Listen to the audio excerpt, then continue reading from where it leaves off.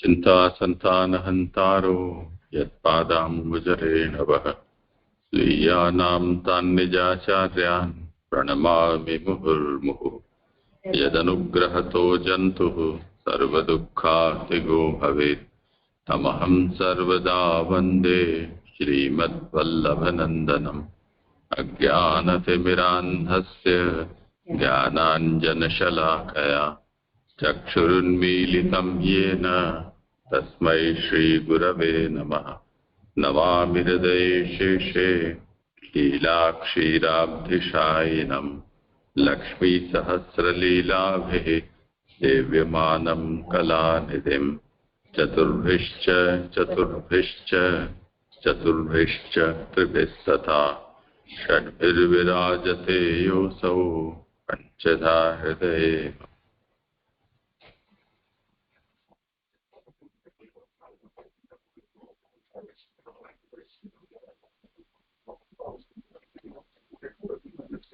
करो। हाँ जी दंडवत प्रणाम। शास्त्रનો અર્થ આનંદરૂપ હરિની આનંદરૂપ લીલા, સ્કંદનો અર્થ સર્ગલીલા, પ્રકરણ અર્થ તો પ્રકરણ ગણતા આ સ્કંદમાં 2 પ્રકરણો મુખ્ય છે, સ્થૂલ પ્રકરણ અને સૂક્ષ્મ પ્રકરણ, અધિકાર, સૃષ્ટિ, ઉપપત્તિ, ફલ અથવા મુક્તિ. સૂક્ષ્મ પ્રકરણો ગણતા 10 પ્રકરણો થાય છે, એટલે કે પેલા 4 અધિકાર, સૃષ્ટિ, ઉપપત્તિ અને ફલ, આ 4 પ્રકરણ કહ્યા તે જ 10 સૂક્ષ્મ પ્રકરણ થાય છે. હવે એમાં ગઈકાલે પણ આપણે જોયું હતું કે અધ્યાયનો અર્થ હતો, એમાં ક, ખ, ગ અને ઘ એમ 4 પ્રકારે અધિકાર આ પ્રકરણમાં બતાવે છે.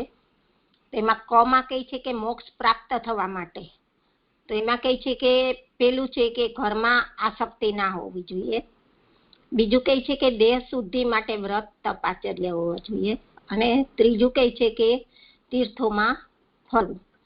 તો વિદુરજીમાં 3 ગુણો હતા કે જેને કારણે વિદુરજીની બહારની શુદ્ધિ થયેલી છે. હવે બહારની શુદ્ધિ ખ માં કહે છે કે બહારની શુદ્ધિ સાથે કથાનું શ્રવણ કરે તો ઉત્તમ અધિકારી થાય, એ ખ ની અંદર જણાવ્યું. પછી જેને કારણે એમ કે શ્રવણ કરતા અંદરની પણ શુદ્ધિ થાય. હવે ગ માં કહે છે કે હરિની કથાના શ્રવણથી અંદરની ઇન્દ્રિયો શુદ્ધ થાય છે, ભગવાનનો ગુણ તેનામાં પ્રવેશ કરે છે. જો ઇન્દ્રિયો શુદ્ધ થાય તો જ અધિક અધિકાર પ્રાપ્ત થાય, એટલે અંદર અને બહારની બંને શુદ્ધિ પણ જરૂરી છે. ત્યાર પછી ઘ માં કહે છે કે જો ભગવાનની કૃપા થાય ત્યારે જ તેવો અધિકાર પ્રાપ્ત થાય છે, એટલે કે અંદર અને બહારની શુદ્ધિ થવી અને પ્રભુને મેળવવા એ અધિકારી ભગવાનની કૃપા થાય ત્યારે જ એમ કે અધિકાર મેળવી શકે છે. ચારે અધિકાર વિદુરજીને પ્રાપ્ત થયેલ, જે અનુક્રમે 1 થી 4 અધ્યાયમાં દર્શાવેલા છે. હવે પેલા અધ્યાયમાં પ્રતિબંધની નિવૃત્તિ પૂર્વક તીર્થમાં સેવનથી બાહ્ય શુદ્ધિનું નિરૂપણ અને સત્સંગમાં પ્રીતિથી ભગવાન સંબંધી 3 પ્રશ્નોનું નિરૂપણ આ આપણે પેલા અધ્યાયની અંદર જોયું. હવે બીજા અધ્યાયમાં આપણે ભગવત કથાનું શ્રવણ કરવાથી આર્થિક એટલે કે અર્થથી પ્રાપ્ત એવો ભગવાનનું મહાત્મય જ્ઞાન થતા અભ્યંતર શુદ્ધિ થાય છે, એટલે કે આંતર શુદ્ધિ પણ થાય છે, એટલે કે ભગવાન નામ અને કથાના શ્રવણથી જ આંતર શુદ્ધિ થાય છે. હવે આવે છે બીજો અધ્યાય. આપણે ગઈકાલે બીજા અધ્યાયની અંદર 10મો અને 11મો 2 શ્લોક આપણે જોયેલા હતા. તો એ 2 શ્લોકની અંદર જે જોયું હતું એમાં એ રીતે જોયું હતું કે જેવો 10મા શ્લોકમાં જેઓને દેવની માયાની અસર થયેલી અને જેઓએ બીજા દુષ્ટનો આશ્રય કરેલો એમના વચનોથી જેમણે પોતાના આત્માને હરિમાં રોપેલા છે એમની બુદ્ધિ ભમતી નથી. એટલે આમાં 2 પ્રકારના અધિકારી આપણે ગઈકાલે જોયેલા હતા કે જેઓ ભગવાનનો દ્વેષ કરનારા હતા, દુષ્ટ હતા, માયાની અસર થયેલી હતી, અને એ લોકો ભ્રાંત હતા. અને જેમણે એમ કે ભગવાનમાં જ પોતાના આત્માને રોપેલા હતા અને એ દ્રઢ આશ્રય ભગવાનમાં જ હતો, તો એવો તો આવા ભ્રાંત બુદ્ધિવાળા થતા નથી. આ ગઈકાલે 10મા શ્લોકમાં આપણે જોયું. અને 11મા શ્લોકની અંદર એને જ આગળ વધારીને કહે છે કે જેમણે તપ આચરેલું ન હતું અને જેમની દ્રષ્ટિ તૃપ્ત થતી ન હતી તેવા મનુષ્યોને લોકના જ્ઞાન રૂપ પોતાનું રૂપ સારી રીતે દેખાડીને તે જૂટવી લઈને તો જે અંતર ધ્યાન થયા. એટલે જે ભ્રાંત બુદ્ધિ વાળા હતા અને દ્રઢ આશ્રય વાળા હતા, એવા બે પ્રકારના યાદવોની જે ભગવાને આ સ્વરૂપ દેખાડ્યું હતું. અને એની અંદર પ્રભુને જ્યારે એવું લાગ્યું કે જેણે તપ પણ આચરેલ નથી, જેમની દ્રષ્ટિ તૃપ્ત થયેલી નથી, તો એવા જે મનુષ્ય લોકના જ્ઞાન રૂપ વાળા હતા, તો એને પોતાનું સ્વરૂપ દેખાડ્યું અને દેખાડીને પછી ફરી પાછું જૂટવી લીધું. હવે આગળ આપણે ગઈકાલે 12મો શ્લોક અધૂરો હતો અને એ જોતા હતા, પણ જે હું પહેલેથી જ પારાયણ કરી લઉં છું, પછી આપણે જલનું સમજાવવાના હતા તો ત્યાં આપ સમજાવજો, પછી આપણે આગળ કરશું. તો હું પહેલા પારાયણ આખું કરી લઉં છું આનું, કે ઉત્થાનિકાથી લઉં છું. શ્લોક નંબર 12 કે તે ભગવાનનું રૂપ દેહ સચ્ચિદાનંદ રૂપ છે એમ જણાવવા નીચેના શ્લોકથી આરંભી 3 શ્લોકોથી તેમનું સતમાં, ચિત્તમાં અને આનંદમાં સર્વથી ઉત્તમપણું કહે છે. એટલે કે ભગવાનને જે ઉપર પ્રમાણે મનુષ્ય રૂપમાં જે સચ્ચિદાનંદનું સ્વરૂપ બતાવ્યું, તો એને જ આગળ જણાવવા માટે એમ કે નીચેના શ્લોકમાં સતમાં, ચિત્તમાં અને આનંદમાં ભગવાનનું ઉત્તમપણું કઈ રીતે છે તે હવે આ 3 શ્લોકથી બતાવશે. એમાં 1 નંબરની ફૂટનોટ છે કે વિદુરે 3:1:44 ભગવાનના દેહનું નિરૂપણ કર્યું તે ખોટું છે એમ જણાવવા તે છૂટા નહીં પડેલા સત, ચિત્ત અને આનંદ રૂપ એટલે અક્ષર બ્રહ્મ રૂપ છે એમ કહે છે. એમાં આપણે ગઈકાલે જોયું હતું 3:1:44 અનુસંધાન કે બધા દેવો કર્મને આધીન છે તેમ ઈશ્વર પણ કર્મને આધીન છે, એવો જે વિદુરજીનું જ્ઞાન હતું તે અહીંયા ખોટું સિદ્ધ કર્યું. તો સત, ચિત્ત અને આનંદ છે એ અક્ષર બ્રહ્મનું રૂપ છે અને એને છૂટું પાડીને નહીં જણાવવા માટે અહીંયા વિદુરજીને જ્ઞાન આપે છે ઉદ્ધવજી, એવો અહીંયા અર્થ બતાવે છે. હવે શ્લોક લઉં છું.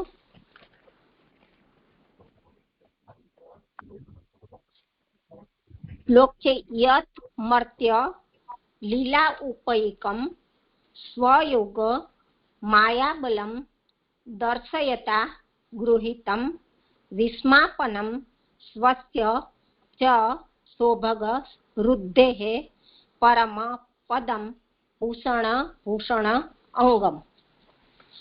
હવે ભાષાંતર છે.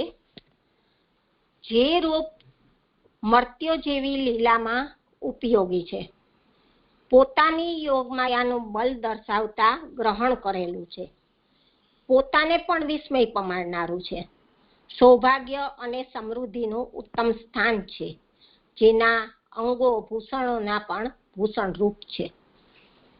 હવે સુબોધિનીજી, ભગવાનનું દ્રશ્યમાન આ રૂપ સદરૂપ છે, એટલે કે ભગવાનનું આ રૂપ સદરૂપ છે, તો કયું રૂપ? તો કે દ્રશ્યમાન, એટલે કે અત્યારે જે દેખાય છે તે સ્વરૂપ. 5 મહાભૂતના પ્રકારે 5 મહાભૂતોની ઉત્તમ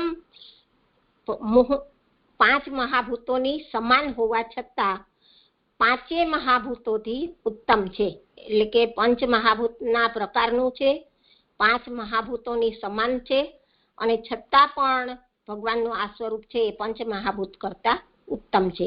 એનું અહીંયા ઉત્તમપણું સતમાં બતાવે છે. એવું સતમાં ઉત્તમપણું હોવાનું તેમાં છે. હવે એમાં પેલું સમજાવે છે, આ પંચ મહાભૂતથી છે એટલે 5 મહાભૂતની સાથે એનું સમજાવે છે કે કઈ રીતે અહીંયા આવે છે. તો એમાં પૃથ્વી પેલું સમજાવે છે કે તે પૈકી જે મર્ત્યોના જેવી લીલામાં ઉપયોગી છે, વિશેષણથી પૃથ્વીમાં તે ઉત્તમ હોવાનું કહેલ છે. માટીની સ્થિતિ જેમને પ્રાપ્ત થયેલી છે તે મર્ત્યો, અને જેઓ માટીની સ્થિતિનો ત્યાગ કરે તે અમર્ત્યો. પૃથ્વી ઉપર જે હોય છે તેમની પોતાના દેહને શ્રમ થયા વિનાની સર્વને મનોહર લાગે તેવી ક્રિયારૂપ જે લીલા તેમાં ઉપયોગી એટલે તેને યોગ્ય ભગવાનનું રૂપ છે. મર્ત્યોમાં આવી લીલા હોતી નથી. એમાં 2 નંબરની ફૂટનોટ છે કે મર્ત્યોની લીલા એવો સમાસ લેતા મર્ત્ય લીલાનો આધાર થાય. મર્ત્યમાં લીલા હોવાનું સંભવે એટલે પૃથ્વીથી એટલે કે માટીથી ભગવાનનો દેહ પર ન હોય એવી શંકા દૂર કરે છે. અહીં મર્ત્યની લીલા કહેલ નથી, પરંતુ અનુકરણ કરવાની જે મર્ત્યની ક્રિયા તેના જેવી ક્રિયા કરવા યોગ્ય એમ કહેલું છે. તેથી ભગવાનના દેહ અને મર્ત્યના દેહ માટીમાં ભેદ હોવાનું સિદ્ધ થાય છે. એટલે અહીંયા મર્ત્યોની લીલા અને ભગવાનની જે ક્રિયા છે અનુકરણ કરવાની ક્રિયા કીધી છે તો એને અહીંયા અલગ દર્શાવે છે, જે આપણે ગઈકાલે સારી રીતે જોઈ ગયા છીએ. પછી આગળ કે છે કે અમર્ત્ય જેવો મર્ત્ય નથી તેવું માં મર્ત્યની લીલા હોતી નથી. અમર્ત્યોમાં એમ કે મર્ત્યોની લીલા હોતી નથી. છતાં પણ પૃથ્વીના બનેલા દેહોમાં આવી લીલા કરવાની યોગ્યતા નથી. તેથી મનુષ્યોના રૂપ જેવું શુદ્ધ અલૌકિક ઉત્તમ રૂપ તેજ એટલે કે ભગવાન આવી લીલા માટે યોગ્ય છે, કારણ કે તેનામાં કાર્યના દોષો નથી. તો કાર્યના દોષો નથી એમાં 3 નંબરની ફૂટનોટ છે કે કાર્યના દોષો એટલે પદાર્થમાં થતા વિકારો. હવે જે મને અહીંયા હજી એક પ્રશ્ન ઉભો થયો છે કે આપણે ગઈકાલે કર્યું તો એમાં અમર્ત્યથી ને મુક્ત આત્મા લીધા, તો મુક્ત આત્મા માં પણ મર્ત્યની લીલા હોતી નથી એવું કંઈક મને અહીંયા સમજાણું, તો બરાબર હું સમજી છું કે નહીં? અને અમર્ત્ય અને મર્ત્ય એ બંનેની લીલા અલગ અલગ છે એ રીતે સમજી, અને એના કરતા પણ મનુષ્યોના રૂપ જેવું શુદ્ધ અલૌકિક ઉત્તમ રૂપ છે એવા ભગવાન આવી લીલા માટે યોગ્ય છે. તો આ ભગવાનને અહીંયા આવી લીલા માટે એટલે બંને સાથે જે લીલા કરે છે એ રીતે લેવાનું, અને પછી એમાં કારણ કે એનામાં કાર્યના દોષો નથી એટલે કે એના પદાર્થોમાં થતા વિકારો ભગવાનમાં આવતા નથી. તો આ રીતે હું સમજી છું, એ બરાબર છે કે કંઈક અલગ છે? કાલે પણ આ વાત આપણે જોઈ હતી કે અહીંયા ભગવાનની મૂંઝવણ કહો તો મૂંઝવણ, અને અહીંયા ભગવાનનું જે સામર્થ્ય છે તે કહો તો સામર્થ્ય, એનું પ્રદર્શન કરી રહ્યા છે કે લીલા તો મર્ત્ય વચ્ચે કરવી છે, મર્ત્ય માટે કરવી છે. તેથી રૂપ તો એ જ ધારણ કરવું પડે જેમના વચ્ચે તમને જવું છે તેના જેવું થવું પડે ને. સ્વભાવથી અને તત્વથી વિચારીએ તો એ ભગવાનનું એવું સ્વાભાવિક સ્વરૂપ નથી. એટલે સ્વાભાવિકતયા અમર્ત્ય છે, અને મર્ત્યો વચ્ચે લીલા કરવી છે તો મર્ત્ય રૂપને ધારણ કરે છૂટકો, તો શું કરવાનું? તેથી ભગવાને મર્ત્ય જેવું રૂપ મર્ત્યો માટે ઉપયોગી લીલા કરવા માટે ધારણ કર્યું, પણ એ રૂપ જે છે એ એનાથી પણ ઉત્તમ થયું.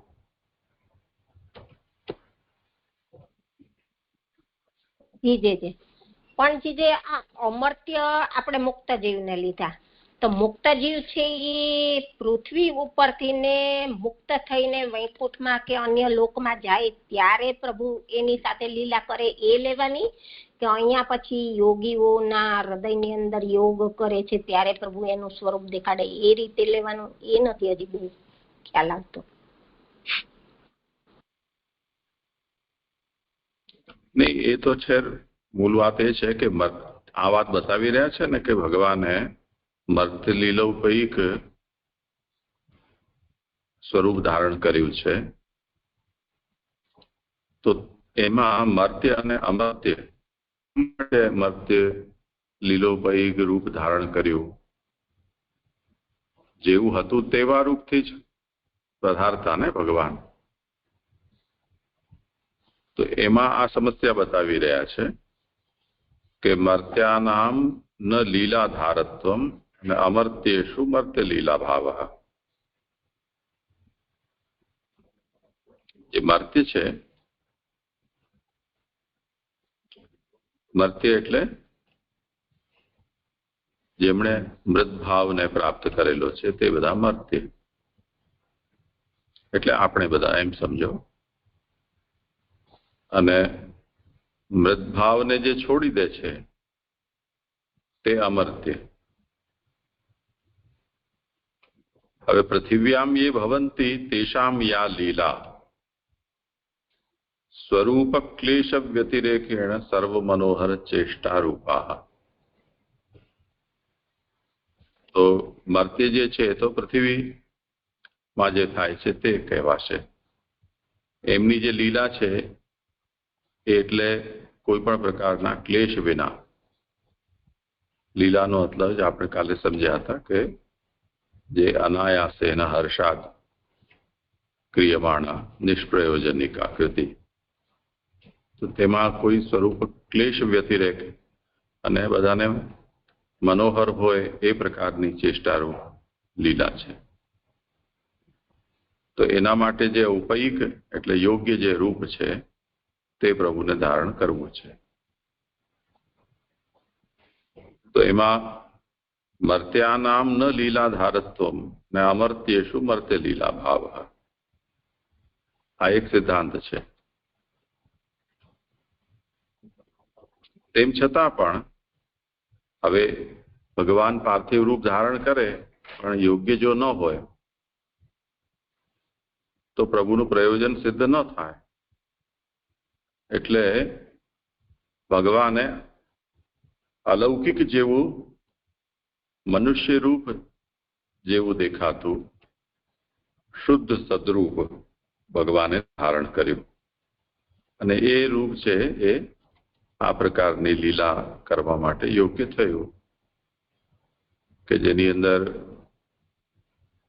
કાર્યદોષનો પણ અભાવ છે, એટલે ષડભાવ વિકાર વિનાનું છે.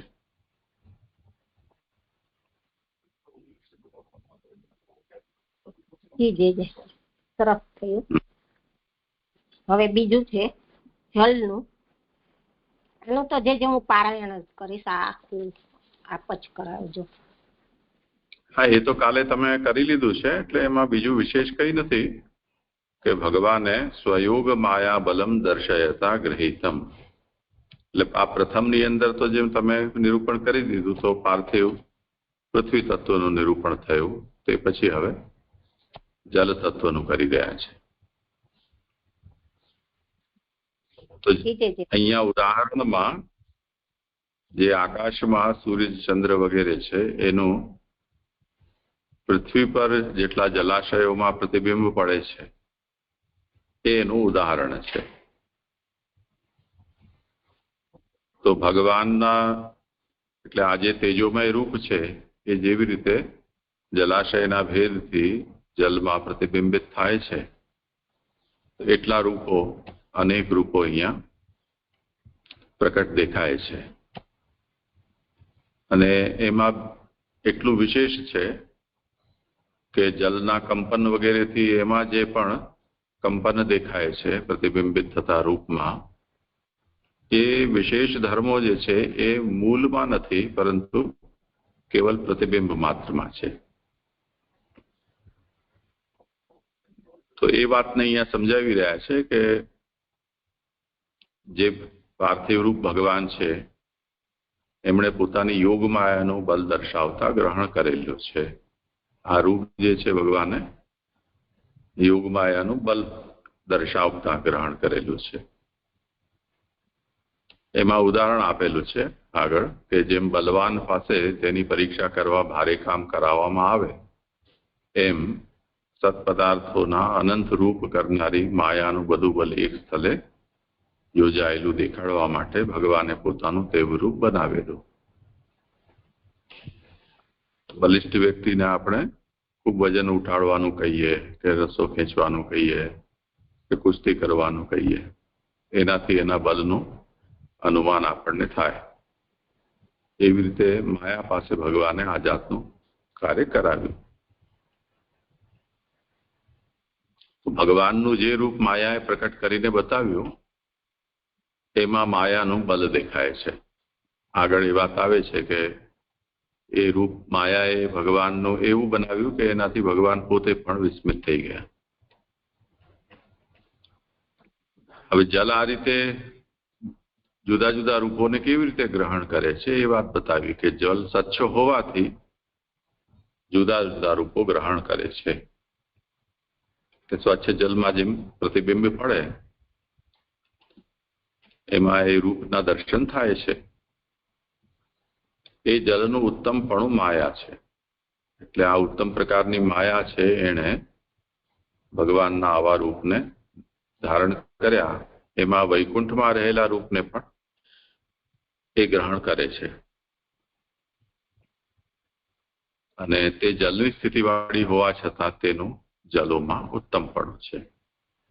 એટલે અન્ય સાધારણ જલના સમાન આ વાત નથી, પરંતુ આ ભગવાનનું પણ રૂપ જેણે આવું સુંદર બનાવી દીધું એની જલમાં પણ ઉત્તમ રૂપતા બતાવી. જેમ પૃથ્વીમાં પણ બધા મનુષ્યોની વચ્ચે ભગવાન મનુષ્ય થયા, પરંતુ મનુષ્યમાં ઉત્તમ બન્યા તો પુરુષોત્તમ કે નરોત્તમ એવી રીતે ભગવાનની વર્ણના કરવામાં આવે છે. એવી રીતે અહીંયા પણ યોગ માયા છે, જલરૂપા છે, એ પાર્થિવ એટલે પૃથ્વીમાં રહેલા જે જલો છે, ભૌતિક જે જલો છે, એના કરતા પણ આની ઉત્તમતા બતાવી છે.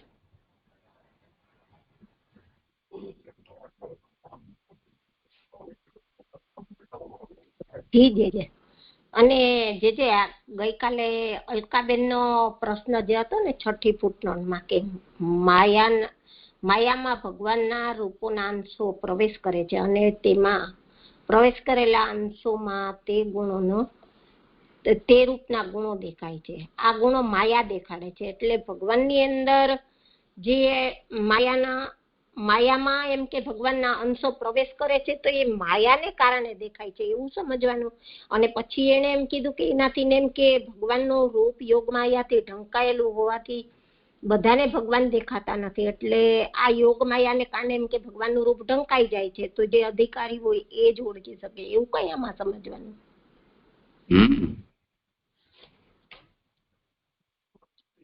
એ તો કહ્યું હમણાં કે પ્રતિબિંબમાં હલચલ થાય છે તેમ તેમાં મર્ત્યના ગુણો દેખાય છે, પણ વાસ્તવિક રીતે ભગવાનના રૂપમાં એવા મર્ત્યના ગુણો નથી હોતા.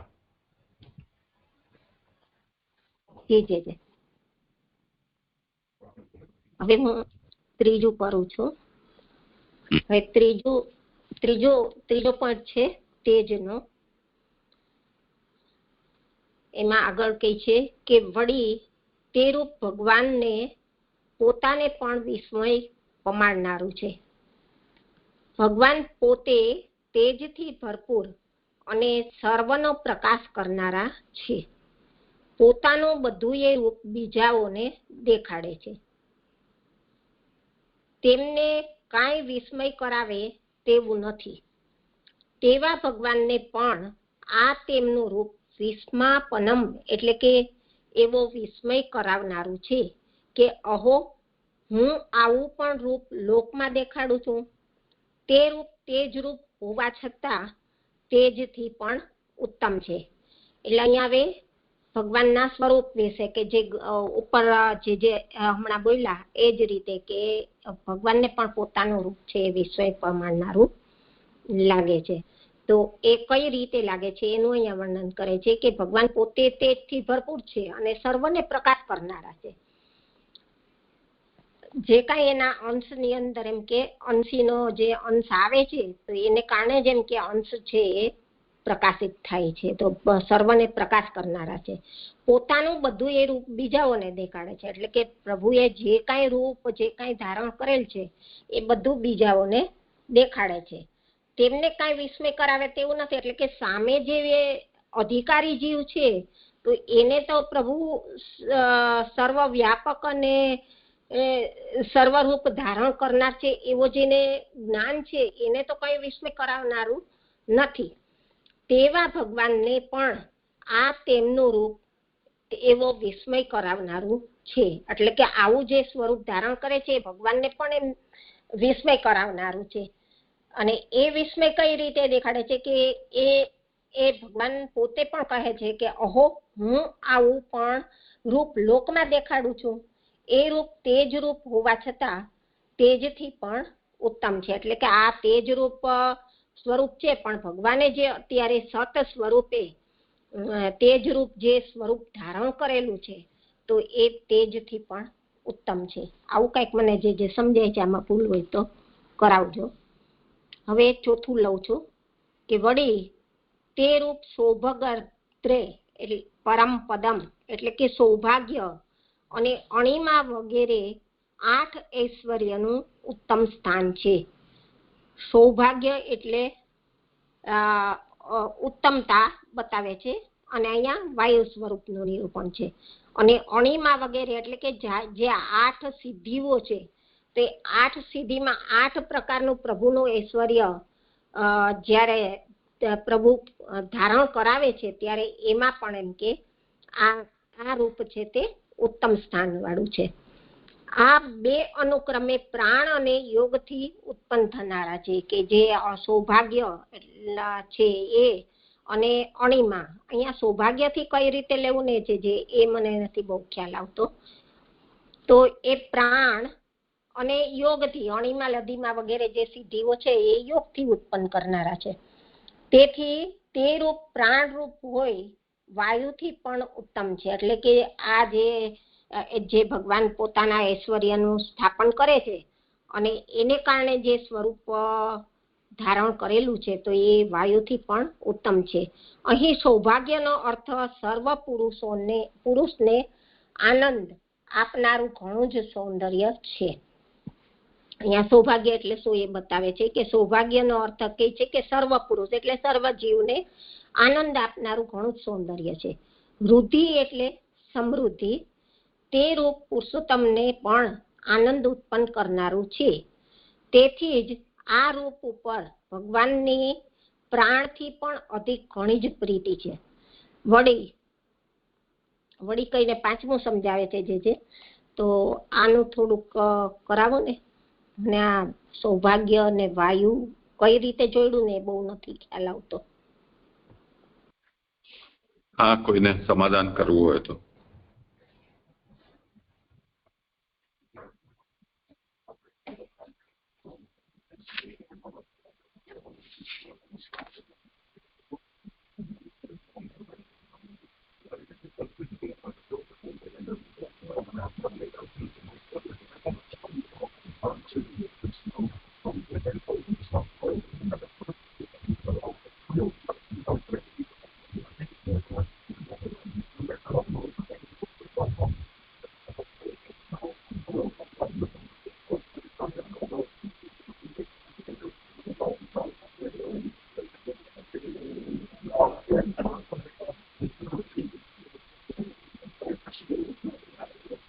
મૂળમાં જે સૌભગર્ધે એ જે પદનો પ્રયોગ કરેલો છે ને એની જ આ વ્યાખ્યા છે.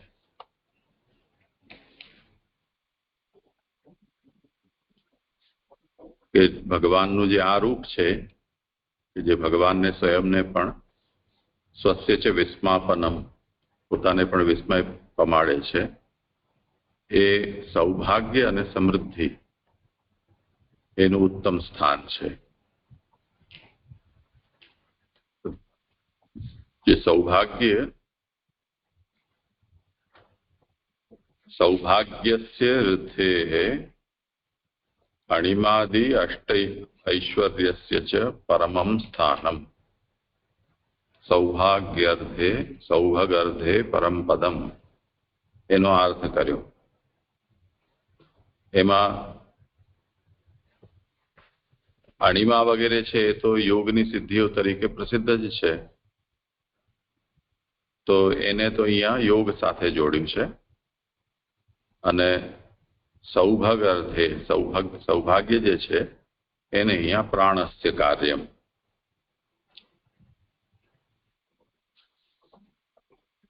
તેન વાયુરૂપમ સદ વાયો ઉત્કૃષ્ટમ.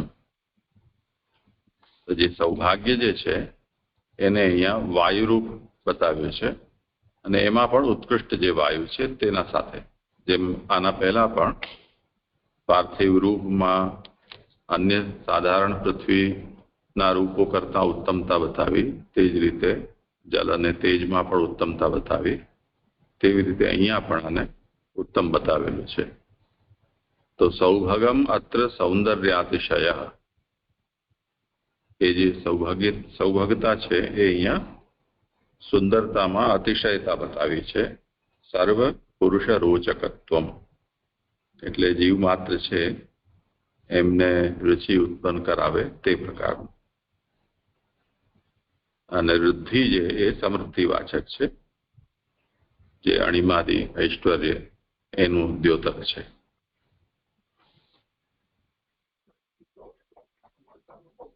જી પણ જે આપણે અહીંયા વાયુથી લઈએ તો વાયુ આમાં કઈ રીતે જોઈન્ટ કર્યું એ તો ખ્યાલ જ નથી આવતો. હજી વાયુ એટલે પ્રાણવાયુ લેવાનો કે જેને કારણે એમ કે સર્વ પુરુષને આનંદ આપનારું ઘણું સૌંદર્ય તો નથી મને હજી ખ્યાલ આવતો. યોગનું પ્રાણાયામ છે, યોગનું અંગ છે ને. જ્યાં સુધી પ્રાણનો નિગ્રહ ન થાય ત્યાં સુધી યોગની કોઈ પણ ક્રિયા સિદ્ધ નથી થઈ શકતી. તો સૌભગ અને વૃદ્ધિ એ બંનેને એક સાથે જ્યારે અહીંયા લઈ રહ્યા છે, એનાથી આ જે સૌભગતા છે એ પ્રાણનું કાર્ય છે, એમ શ્રી મહાપ્રભુજીએ તાત્પર્ય એનો કાઢ્યો છે.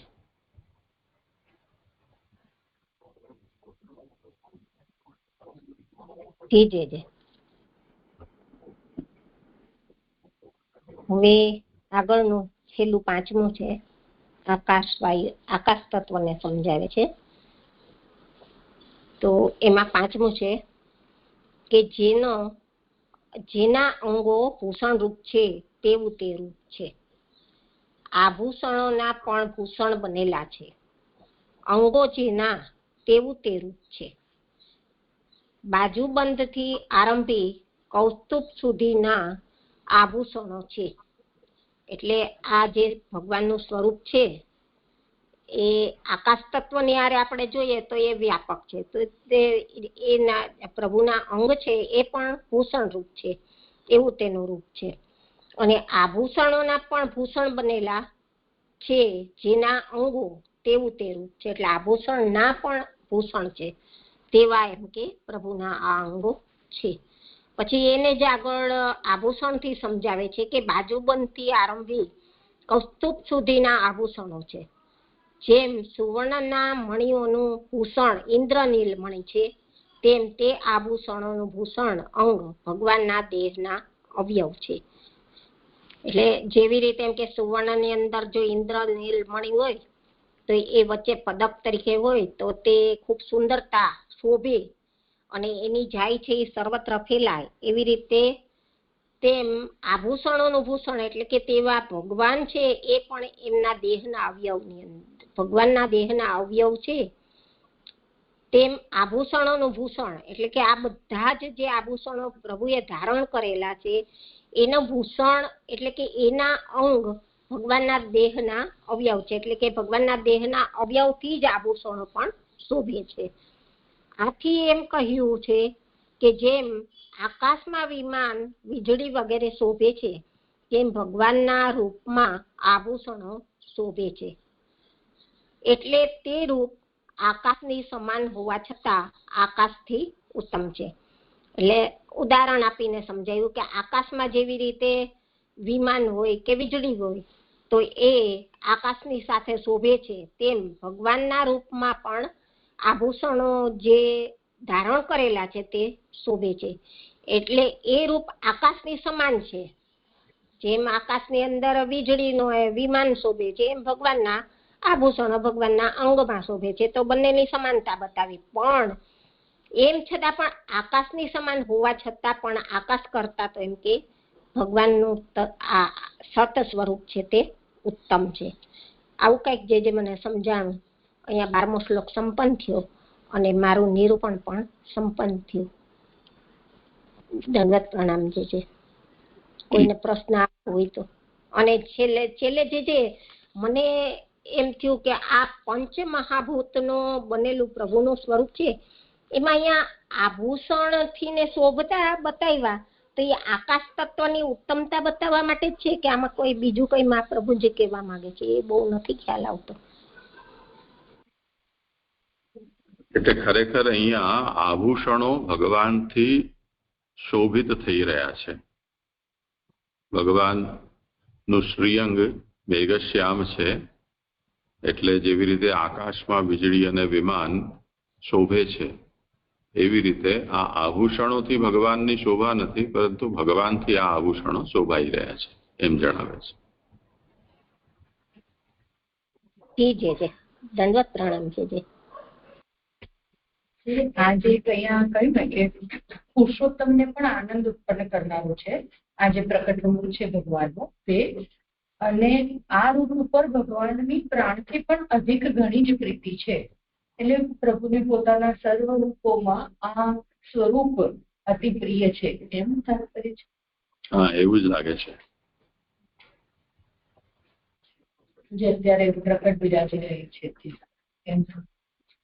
એટલે ભગવદાસની શરૂઆતમાં કહે છે ને કે હું મારા પરમ સૌંદર્યને પ્રકટ કરું, એવી રીતે ભગવાન પ્રકટ થયા છે અહીંયા જે ભગવાન છે ને કારણ કે સૌભાગ્ય જે પરમપદમ જે કહી રહ્યા છે એમાં પ્રાણથી સૌભાગ્ય ને કેવી રીતે સમજાવી રહ્યા છે સમજાતું નથી. પ્રાણથી યોગથી અણિમા આદિ તો અષ્ટ તો બરાબર છે, તેથી ઐશ્વર્યનું ઉત્તમ સ્થાન બતાવી રહ્યા છે, પણ પ્રાણથી સૌભાગ્યને બતાવે કેવી રીતે જોડી રહ્યા છે. આગળ બોધિજીએ કહ્યું છે ને કે અહીં સૌભાગ્યનો અર્થ સર્વ પુરુષને આનંદ આપનારું ઘણું સૌંદર્ય, એટલે સૌભાગ્યનો અર્થ અહીંયા આગળ નોર્મલી આ રીતે કરી રહ્યા છે. તો એ પ્રાણ સાથે એને કેવી રીતે જોડ્યું એ જ પૂછી રહી છું. બરાબર છે, સૌભાગ્યનો પણ પ્રાણ સાથે યોગ સાથે જોડ્યા એટલે સૌભાગ્ય ને પ્રાણ સાથે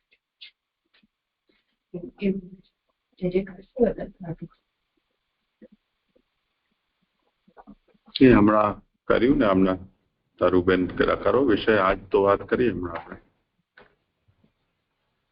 એટલે આપે જે સમજાવ્યું એમાં સૌભાગ્ય અને અણિમા, તો એની અંદર એ રીતે જોયું કે સૌભાગ્ય એટલે પ્રાણ અને અણિમા વગેરે જે સિદ્ધિઓ કીધી તો એમાં યોગથી લીધી કે યોગ જ્યારે આચરવામાં આવે છે ત્યારે એમાં પ્રાણ મુખ્ય છે, અને એ પ્રાણરૂપ વાયુ હોય ને તો જ યોગ આચરી શકાય અને ઉત્તમ થાય છે. અને તેથી જેમ કે અહીં સૌભાગ્યનો અર્થ સર્વ પુરુષને આનંદ આપનારું ઘણું સૌંદર્ય છે, એટલે આ રીતે કંઈક આપે જોયેલું એવું મને સમજાણું. બરાબર ન હોય તો જે આપ કરાવજો.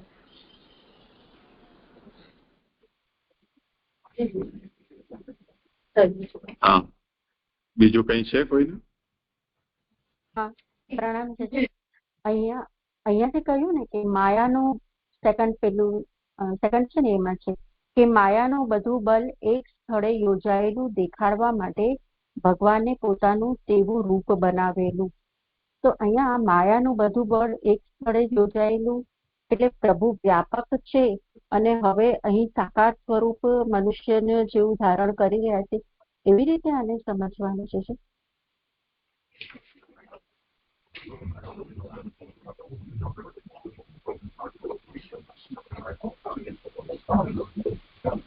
કરો સમાધાન. જે એની અંદર તો અહીંયા જગતની અંદર જે કઈ માયાને કારણે જે કઈ રૂપ ધારણ કરેલા છે એવું જ સમજાશે ને? મને તો એવું સમજાય છે. કારણ કે એક જ જગ્યાએ કીધું તો એક જ જગ્યાએ તો અહીંયા પૃથ્વી, જલ, અગ્નિ, વાયુ, તેજ એ રીતે લીધું તો અહીંયા જ એવું સ્વરૂપ એમ કે અલગ અલગ જે સ્વરૂપ પ્રભુ પોતે જ પ્રગટ કરે છે અને એમાં જ પ્રભુ પોતે એમ કે વિસ્મય પામે છે, તો એ રીતે જગત સ્વરૂપે જ લેવાશે એવું મને લાગે છે. જગત સ્વરૂપની નથી વાત, ભગવાનના જે પ્રકટ રૂપ છે એની જ વાત છે.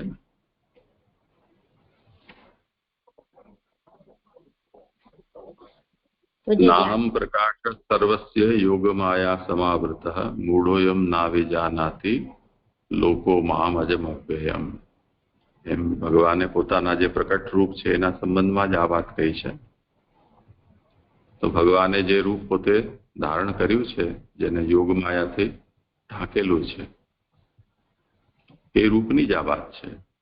એટલે સચ્ચિદાનંદ સ્વરૂપ શ્રી કૃષ્ણ જે છે તે.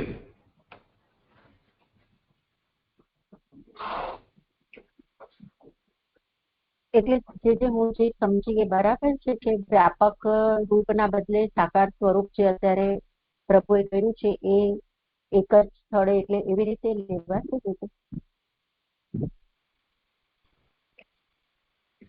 વ્યાપક છે કે અવ્યાપક એ બીજો વિષય છે, એને અત્યારે આમાં લેવાની કોઈ આવશ્યકતા નથી જણાતી.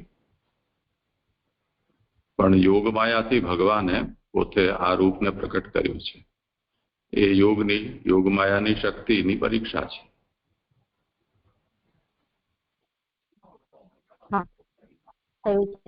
અને આ જે ત્રીજી ફૂટનોટમાં આપ્યું ને કે કાર્યના દોષો એટલે પદાર્થમાં થતા વિકારો, એટલે આપણે ગઈકાલે ષડભાવ વિકાર કહ્યું હતું. તો ષડભાવ વિકાર તો આપણે ભગવાનમાં નથી, પણ આપણે એ પણ જોયું કે ભગવાન બાલ લીલા છે, પછી પૌગણ લીલા છે ને એવી રીતે છે. તો ત્યાં એવું હું સમજી હતી કે માયા જે વખતે પ્રભુ જે લીલા કરે ત્યાં માયા એનું કાર્ય કરે છે, અને એવી રીતે કંઈક તે વખતે વાત થઈ હતી કે ષડભાવ વિકાર નથી થતો, પણ માયાથી પ્રભુ આવી રીતે એક પછી એક સ્વરૂપ લે છે. તો એવી રીતે અહીંયા આ જે પ્રભુનું જે અવસ્થા ભેદ બતાવ્યા છે પ્રભુની લીલામાં, તો એવી રીતે એને સમજવાનું.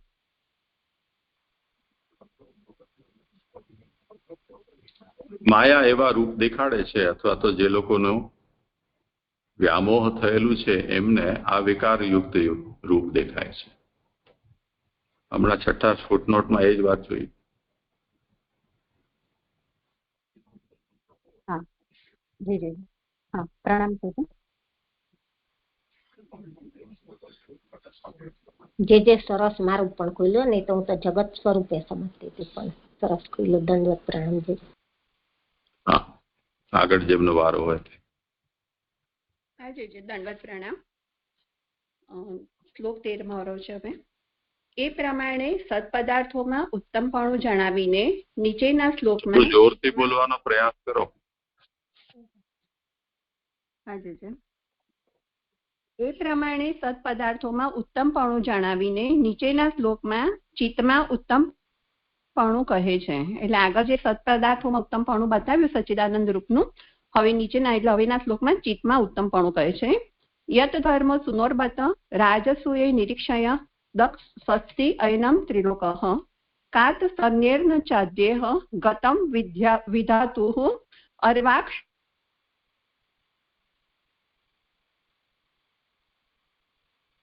તો કૌશલમ ઇતિ અમન્યત. શ્લોકાર્થ. અહો ધર્મના પુત્રના રાજસૂય યજ્ઞમાં દ્રષ્ટિના કલ્યાણના ધામરૂપ જે રૂપને જોઈને 3 લોકોએ એમ માનેલું કે જગત રચનારનું મનુષ્યની સૃષ્ટિ રચવાનું કૌશલ આ સમયમાં અહીં સંપૂર્ણ રીતે જતું રહેલું છે. સુબોધિનીજી. ધર્મમાં જ્ઞાન પ્રગટ થાય છે.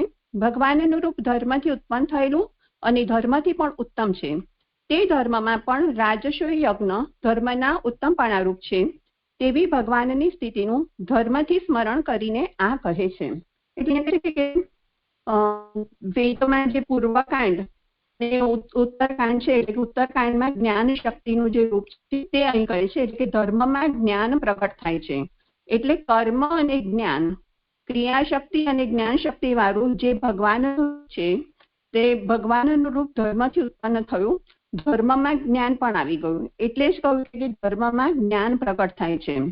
અને વળી કહે છે કે ધર્મ ઉત્તમ છે, પણ તેમાં પણ રાજસ્વ યજ્ઞ ઉત્તમ ધર્મ પણ આરૂપ છે.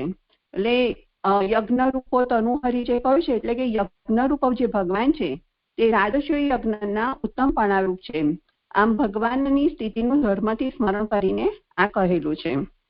હવે આગળ કહે છે કે બત અહો શબ્દ હર્ષ પાડે છે કે જે ભગવાનના રૂપનું દર્શન કરીને બધાએ તેને આવું, એટલે ઉત્તરાર્ધમાં કહેલું છે તેવું જાણેલું. એટલે જે ધર્મમાં રાજસ્વ યજ્ઞ ઉત્તમ છે તો તેમાં તેનાથી પણ ઉત્તમ તો કે ભગવાનનું રૂપ છે. તો એવું જયારે ઉદ્ધવજીએ જાણ્યું અને આવા ભગવાનના રૂપનું સ્મરણ કરીને ઉદ્ધવજીને હવે હર્ષ થઈ રહ્યો છે, તો તે યદ ધર્મ સુનોર્બત એનાથી થઈ રહ્યા છે કે બત શબ્દથી હર્ષ વ્યક્ત કરે છે. અને આવું ભગવાનનું રૂપ જેટલા રાજસ્વ યજ્ઞમાં હાજર હતા તે બધાએ પણ ભગવાનનું આવું રૂપ છે તે જાણ્યું. એટલે ઉત્તરાર્ધથી કહે, ઉત્તરાર્ધમાં જે કહેલું છે તેવું એટલે કેવું કે દ્રષ્ટિના કલ્યાણના ધામરૂપ જે ભગવાનનું સ્વરૂપ છે, ભગવાનનું રૂપ છે તે જાણ્યું. હવે આગળ એ દ્રષ્ટિના કલ્યાણના ધામરૂપ શબ્દથી તે રૂપનું ઉદ્ધવ વર્ણન કરે છે. દ્રષ્ટિઓનું સ્વસ્તિ કલ્યાણરૂપ અયનમ ધામ તે રૂપ છે. એટલે દ્વક સ્વસ્તિ અયનમ તેનાથી કહે છે કે ભગવાનનું રૂપ દ્રષ્ટિના કલ્યાણના ધામરૂપ છે. એટલે કે દ્રષ્ટિનું કલ્યાણ કરનારું છે કે જેનાથી કલ્યાણ થાય, જીવનું કલ્યાણ થાય છે. આગળ કહે છે કે બધા વિષયો દ્રષ્ટિઓના નાશ કરનારા છે. એમાં ફૂટનોટ નંબર 1 છે નાશ કરનારાની. નાશ કરનારા એટલે અંશથી થોડો થોડો નાશ કરનારા છે. તેથી જ મણીના પરીક્ષકો વગેરેને તેની કિંમત સમજાવવા બાળપણથી જ તેમની પાસે લાવી અભ્યાસ કરાવે છે. એટલે અહીં પુરુષોત્તમજી કહી રહ્યા છે કે જે વિષયો છે તે તો દ્રષ્ટિનો નાશ જ કરે છે. એટલે કે થોડો થોડો અંશ, એટલે કે અંશથી ધીરે ધીરે નાશ કરે છે. જેમ મણીના પરીક્ષકો હોય તો તેમને બાળપણથી તેમને તેના વિષયનું ધીરે ધીરે જ્ઞાન આપવામાં આવે છે. એટલે અભ્યાસ કરાવવાનો કે જેથી આગળ જતા તેને મણીની ખરી કિંમત સમજાય, એટલે એ ખરી ઓળખ કરી શકે. એટલે કે જો જેમ ઉત્તમ વસ્તુ જોવાની દ્રષ્ટિ ધીરે ધીરે ડેવલપ થાય તો તે દ્રષ્ટિનો નાશ કરનારી થાય છે. એટલે કે ઉત્તમ વસ્તુ જો તો એ દ્રષ્ટિ કરનારી નહીં થાય, નહીં તો એ નાશ કરનારી થશે. એમ કે આગળ કહે છે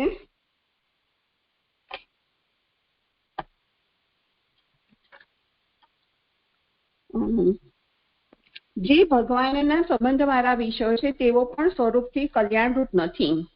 એટલે હવે જે ભગવાનના સંબંધ વાળા વિષયો છે તે કલ્યાણરૂપ નથી. અવાજ તમારો ધીમે ધીમે ઓછો થઈ જાય છે. સ્થિર રાખો ફોનને એક જગ્યાએ. હાજી. એટલે કે જે ભગવત સંબંધી વિષયો છે તે દ્રષ્ટિનો નાશ તો નહીં જ કરે પણ કલ્યાણ થશે. એ જે એની ફૂટનોટ છે ને કે કલ્યાણ રૂપ નથી, એટલે એમાં આપ્યું છે કે સ્વસ્તિનો અર્થ નાશ ન થવો, કલ્યાણ થાય છે. તેથી આ પદાર્થો દ્રષ્ટિનો નાશ ન કરનારા નહીં હોવાથી પોષણ કરનારા પણ થતા નથી. તેથી તેઓ પણ કલ્યાણરૂપ નથી એવો અર્થ છે. એટલે કે જે ભગવત સંબંધી વિષયો છે તે દ્રષ્ટિનો નાશ તો નહીં કરે, કારણ કે કલ્યાણ એટલે બહારના વિષયો જે રીતે નાશ કરે છે એ રીતે, પણ કે છે કે તે સંદર્ભમાં શું છે કલ્યાણ થાય છે, પણ પદાર્થો તો એટલે કે વિષયો તો દ્રષ્ટિનો નાશ કરનારા જ છે, બહારના વિષયો છે, તેથી પોષણ કરનારા થતા નથી. એટલે આ જે છે એ નાશ નહીં કરે પણ પોષણ કરનારા નહીં થાય. પોષણ નહીં કરનારા હોવાથી તેઓ કલ્યાણરૂપ નથી. વધારે કહેવાથી શું વિષય માત્ર તો દ્રષ્ટિનો ક્ષય કરનાર છે, પરંતુ તેનું પોષણ કરતો નથી, પરંતુ જ્ઞાન જ દ્રષ્ટિનું પોષણ કરનારું છે અને જ્ઞાનની ઇન્દ્રિયોનું તે ભગવાનનું રૂપ જ ધામ છે. એટલે હવે અહીંયા કહે છે કે આમાં વિશેષ શું કહું એમ કે વિષય માત્ર તો નેત્રની દ્રષ્ટિનો નાશ કરનાર છે, પોષણ નથી કરતા, પણ જ્ઞાન જ દ્રષ્ટિનું પોષણ કરે છે. એટલે ભગવાનના જે વિષયો છે તેને બદલે ભગવાનનું જે જ્ઞાન છે તે દ્રષ્ટિનું પોષણ કરે છે. અને જ્ઞાનેન્દ્રિયનું ધામ જ ભગવાનનું રૂપ છે. સજાતીયમાં પોતાની જાતનામાં જ પ્રવેશ કરેલું સજાતીય વૃદ્ધિ પામે છે. તેથી ભગવાનનો દેહ વિષય છે એવા મત પ્રમાણે પણ કોઈક જ ધીર પુરુષે અંદરના આત્માને જોયો. એ નિયમ પ્રમાણે અને ભગવાનનું રૂપ ચક્ષુનું ચક્ષુ છે એ શ્રુતિ પ્રમાણે જ્યારે ચક્ષુ જ્ઞાનને જ જુએ છે ત્યારે કલ્યાણનું ધામ થાય છે, પ્રાપ્ત કરે છે. એટલે હવે કે સજાતીય એટલે સમાન, સરખે સરખું. તો સજાતીય પોતાની જાતનામાં જ્યારે પ્રવેશ કરે તો વૃદ્ધિ પામે. હવે ચીદને ઓળખી શકે. એટલે જે ભગવાનનું જે ચિદરૂપ છે એ ચિદમાં જે ચિદંશ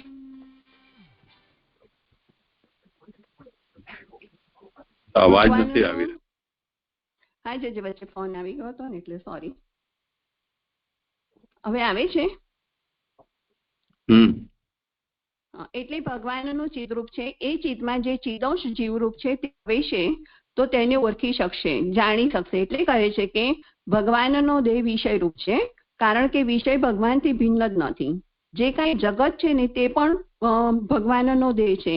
એ મત પ્રમાણે પણ પ્રત્યેક આત્મા કોઈક ધીર પુરુષે અંદરના એ આત્માને જોયો, અથવા ભગવાનનું રૂપ એ ચક્ષુનું ચક્ષુ છે. આવું જે ચક્ષુ જ્ઞાનને જ જુએ છે કે ભગવાનનો ચિદંશ છે તે જ ભગવાનનું જ્ઞાન છે, ત્યારે તે કલ્યાણનું ધામ થાય છે. એટલે કે ભગવાનના જ્ઞાનને તે જોશે એટલે ભગવાનના વિષયમાં ચિદરૂપને પણ જોશે, જગતમાં પણ તેને ભગવાનનું બ્રહ્માત્મક સ્વરૂપ છે તે જ્યારે જોશે તો તેની વૃદ્ધિ થશે, એટલે કે ત્યારે તેનું કલ્યાણ થશે.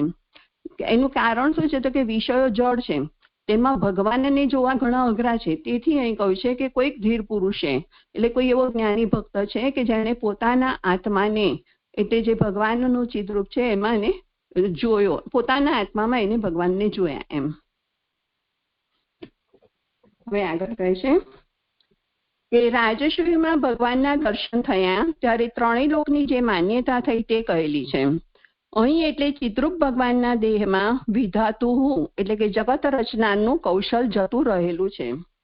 એટલે બ્રહ્માજીએ જે મનુષ્યની સૃષ્ટિ બનાવી તો જે ચિત્રૂપ ભગવાનનો દેહ છે તે જોતા જ તેમનું એટલે વિધાતું જે કીધું એનાથી કહે છે કે બ્રહ્માજીનું કૌશલ જતું રહ્યું છે.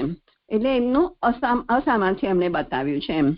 અને ત્યાં જે ત્રણેય લોકની એ માન્યતા પણ એ જ થઈ કે જયારે ભગવાનના એમને ત્યાં આગળ જે ત્રણેય લોકના હતા હાજર તેમને ભગવાનના જયારે દર્શન થયા તો આ પણ એમની માન્યતા એ જ થઈ કે બ્રહ્માજીનું કૌશલ અહીંયા જતું રહેલું છે. આગળ કહે છે કે અર્વાક શ્રુતો આથી ના અમે 3 નંબરની ફૂટનોટ રહી ગઈ કે જયારે ચક્ષુ જ્ઞાનને જ છે એની છે કે ભગવાનના રૂપને પણ 3 લોક જોતા હતા, છતાં તે જ્ઞાનરૂપ હોવાની દ્રષ્ટિનો નાશ કરનારું ન હતું એવો અર્થ છે. એટલે ત્યાં ભગવાનનું રૂપ જ જ્ઞાનરૂપ છે, દ્રષ્ટિનો નાશ તો વિષયોને જુએ તો થાય. આ તો ભગવાનનું જ રૂપ હતું, તેથી દ્રષ્ટિનો નાશ કરનારું ન હતું. હવે આગળ કહે છે કે અર્વાક શ્રુતો આથી નીચેની સત્વની સૃષ્ટિમાં એવ જ જગત રચનાનું કૌશલમ સામર્થ્ય છે. એટલે અહીંયા કહી રહ્યા છે કે એમાં ફૂટનોટ નંબર 4 છે. આથી નીચેની એટલે કે આથી નીચેની એટલે ચિત્તથી નીચેની સત્વની એટલે કે સતની સૃષ્ટિ એ તેનું જ વ્યાખ્યાન છે. એટલે જે અહીંયા પોતાના જે 3 વિભાગ કર્યા તેમાં સત, ચિત અને આનંદ, એમાં જે ચિદંશ છે તો એ સૃષ્ટિમાં બ્રહ્માજીનું કૌશલ અહીંયા સમજાવે છે કે એટલે કે ચિત્તની નીચેની એટલે સતની સૃષ્ટિમાં તેનું કૌશલ છે એમ. આગળ કહે છે અથવા અર્વાક શ્રુતિ એટલે મનુષ્યની સૃષ્ટિ, કારણ કે તેની નાડીઓ નીચે વહેનારી હોય છે તે સૃષ્ટિ રચવામાં જે કૌશલ તે અહીં જતું રહેલું છે. એટલે આ જે પૂરું નથી સમજાતું કે નાડીઓ નીચે, પણ હું એટલું સમજી શકું છું કે અહીંયા જે કહી રહ્યા છે કે મનુષ્યની જે સૃષ્ટિ છે તે એમાં એમ કે જે એવું લાગે છે કે નાડીઓમાં લોહી નીચે વહેતું હોવાથી, એટલે કે હૃદયમાંથી લોહી જે નીકળે છે નાડીઓમાંથી નીચે વહેતું હોવાથી, એટલે આ જીવંત વ્યક્તિની વાત છે, તો કે તેઓની સૃષ્ટિ રચવામાં જે કૌશલ છે તે બ્રહ્માજીનું અહીં જતું રહેલું છે. આગળ કહે છે કે મનુષ્ય સૃષ્ટિ રચવાના કૌશલથી આ ભગવાનનું રૂપ બનાવી શકાય તેવું નથી એમ બધાએ માનેલું. તેથી એમ જણાવાયું કે આ ચિત્રૂપ ભગવાનનું દેહ કલ્યાણનું ધામ હોવાથી અને સર્વલોકની દ્રષ્ટિથી તેઓ સિદ્ધ થયેલ હોવાથી સત્વની સૃષ્ટિથી જુદા પ્રકારનો છે. એટલે આ જે મનુષ્યની સૃષ્ટિ કહે છે તો કે બરાબર છે કે ભગવાને તેમને એમ કે બ્રહ્માજીને જે બતાવ્યું અને તેમણે બનાવી પણ દીધી, પણ કે ભગવાનનું રૂપ નહીં બનાવી શકે, કારણ કે ભગવાનનું રૂપ તો તેનાથી ઉત્તમ છે. એટલે જળ જગત એવી જે સૃષ્ટિ જે પ્રાકૃત છે તેવી આ સૃષ્ટિનો દેહ, એટલે કે તે ભગવાનનો દેહ એવો નથી. ભગવાનનો દેહ તો અપ્રાકૃત છે.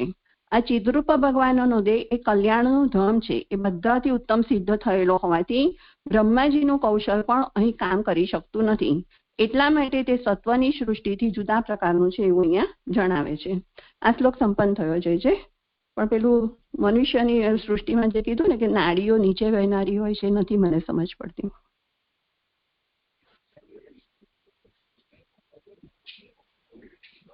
જે પાછળનું આખું સમજાય તો ને અહીંથી જે આવી રહ્યું છે એની નથી સમજાય.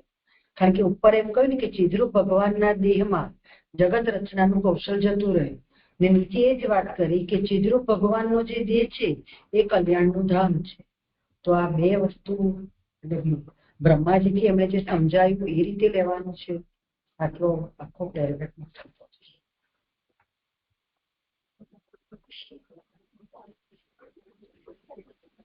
તદા ત્રિલોકસ્ય યા બુદ્ધિ જાતા તામ આહ. રાજસુ યજ્ઞમાં બધાએ ભગવાનની અગ્ર પૂજા સ્વીકાર કરી. શિશુપાલને બાત કરતા તો ત્યાં દેવ દાનવ માનવ બધા જ હતા. ત્રિલોકસ્ય યા બુદ્ધિ જાતા તામ આહ. એ રૂપ કેવું હતું કે ચિદ્રૂપે ભગવત શરીરે કૌશલમ વિધાતુ જગત કરતું ગતમ. એટલે ભગવાનનું તો સ્વયં અલૌકિક સચ્ચિદાનંદ સ્વરૂપ ધારણ કરેલું હતું, એ બ્રહ્મા દ્વારા બનાવેલું તો હતું નહીં. એટલે ત્રિલોકીનું જે સર્જન થયેલું જોયું ત્યારે ભગવાનના સામે બ્રહ્માએ જે પણ સર્જન કર્યું છે તે બધું નકામું જણાયું. એમ તો એનાથી એ સિદ્ધ થયું કે અર્વાક્ષરતાવેવ કૌશલમ. પ્રભુની જે સૃષ્ટિ છે તે સિવાયની, કે ભગવદ રૂપ સિવાયની સૃષ્ટિ સર્જવામાં બ્રહ્માનું કૌશલ છે, તેથી વિશેષમાં અન્યત્ર નથી. એ તો અર્વાક સત્વ સૃષ્ટાવેવ જગત કરતું સામર્થ્યમ. એનો મતલબ આનાથી નીચેનું જે છે એ સત્વની સૃષ્ટિમાં કરવામાં જ જગત કરતા બ્રહ્માનું સામર્થ્ય છે. આ એક અર્થ કર્યો. અથવા અર્વાક શ્રુતિ મનુષ્ય સૃષ્ટિ. બીજો અર્થ જે અર્વાક શ્રુતિ છે એનો મતલબ કર્યો કે મનુષ્યની સૃષ્ટિ. તો અર્વાક સ્ત્રોતસ્ત્વાત તત્ર યત કૌશલમ તદ ઇહ ગતમ. તો મનુષ્યોમાં મનુષ્ય સૃષ્ટિમાં આ ઉત્તમ,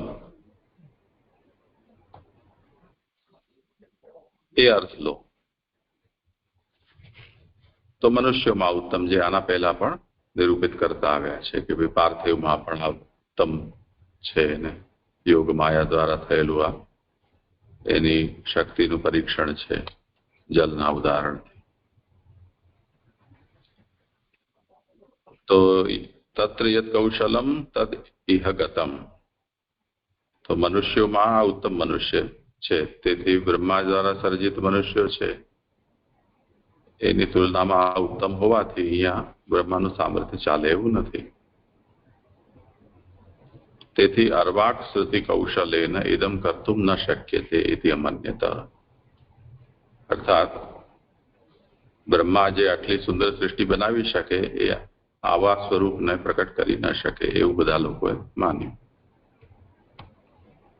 તેન સ્વસ્ત્યયનત્વાત એટલે કલ્યાણ ધામ હોવાથી સર્વલોક પ્રતીતિ સિદ્ધત્વાત બધા લોકો એમના દર્શન કર્યા તે રીતે. તેથી અને સત્વ સૃષ્ટિ અતિરિક્તમ, અને આ સત્વ સૃષ્ટિથી અતિરિક્ત છે, જ્ઞાન સ્વરૂપ છે. એ સચ્ચિદરૂપમ, તેથી આ ચિદરૂપની સૃષ્ટિ બતાવી. જે કૌશલ જતું રહ્યું છે સત્વ સૃષ્ટિમાં એમનું છે, પણ જે ભગવાનનું દેહ બનાવી રહ્યા છે સચ્ચિદરૂપ, એ કૌશલ્ય એમનામાં નથી બ્રહ્માજી. અને આ નાડીઓ નીચે વહેનારી છે એ કયા અર્થમાં? કે જે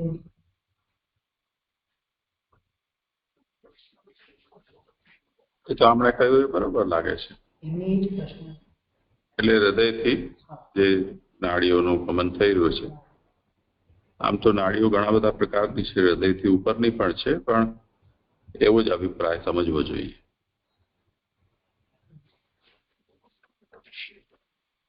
જે રીતે આપણે હમણાં સમજાવ્યું એ પ્રકારે ગયા શ્લોકમાં પૃથ્વી, જલ, તેજ, વાયુ અને આકાશથી ઉત્તમતા ક્રમથી મર્ત્ય જેવી લીલામાં ઉપયોગી, પછી યોગમાયાનું બલ જે આપણે હમણાં કહ્યું તે સૌભાગ્ય અને સમૃદ્ધિનું સ્થાન, અને અંગો ભૂષણોના પણ ભૂષણ રૂપ છે, એ પ્રકારે તો સમજાયું.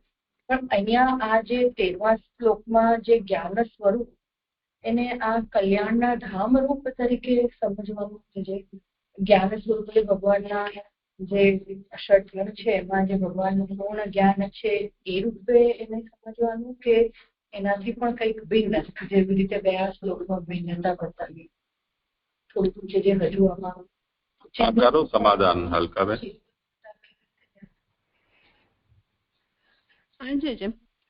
મને તો એવું સમજાય છે કે અહીંયા જે એવું કીધું ને કે બહારના વિષયો જે છે તે દ્રષ્ટિનો નાશ કરનારા છે, અને ભગવાનના વિષયો છે તે દ્રષ્ટિનો નાશ નહીં કરે, પણ કલ્યાણ તો નહીં જ થાય એમ. એટલે થોડું કલ્યાણ થાય, કે જેટલો નાશ નહીં થાય એ પ્રકારનું કલ્યાણ થાય. પણ પછી શું કીધું કે ભગવાનના સંબંધના વિષયનું જ્યારે જ્ઞાન થાય ત્યારે તે કલ્યાણ રૂપ થશે. કે આ કેમ એવું કહેવાનું કારણ શું હતું? કારણ કે આ પદાર્થો દ્રષ્ટિનો નાશ ન કરનારા નહીં હોવાથી ભગવાનના સંબંધના વિષયો જે છે એ દ્રષ્ટિનો નાશ કરનારા નથી, પણ પોષણ કરનારા પણ થતા નથી. એટલે પોષણ તો ક્યારે થશે? કે જ્યારે તે સંબંધના વિષયોનું જ્ઞાન થશે ત્યારે. આવું સમજાય છે મને.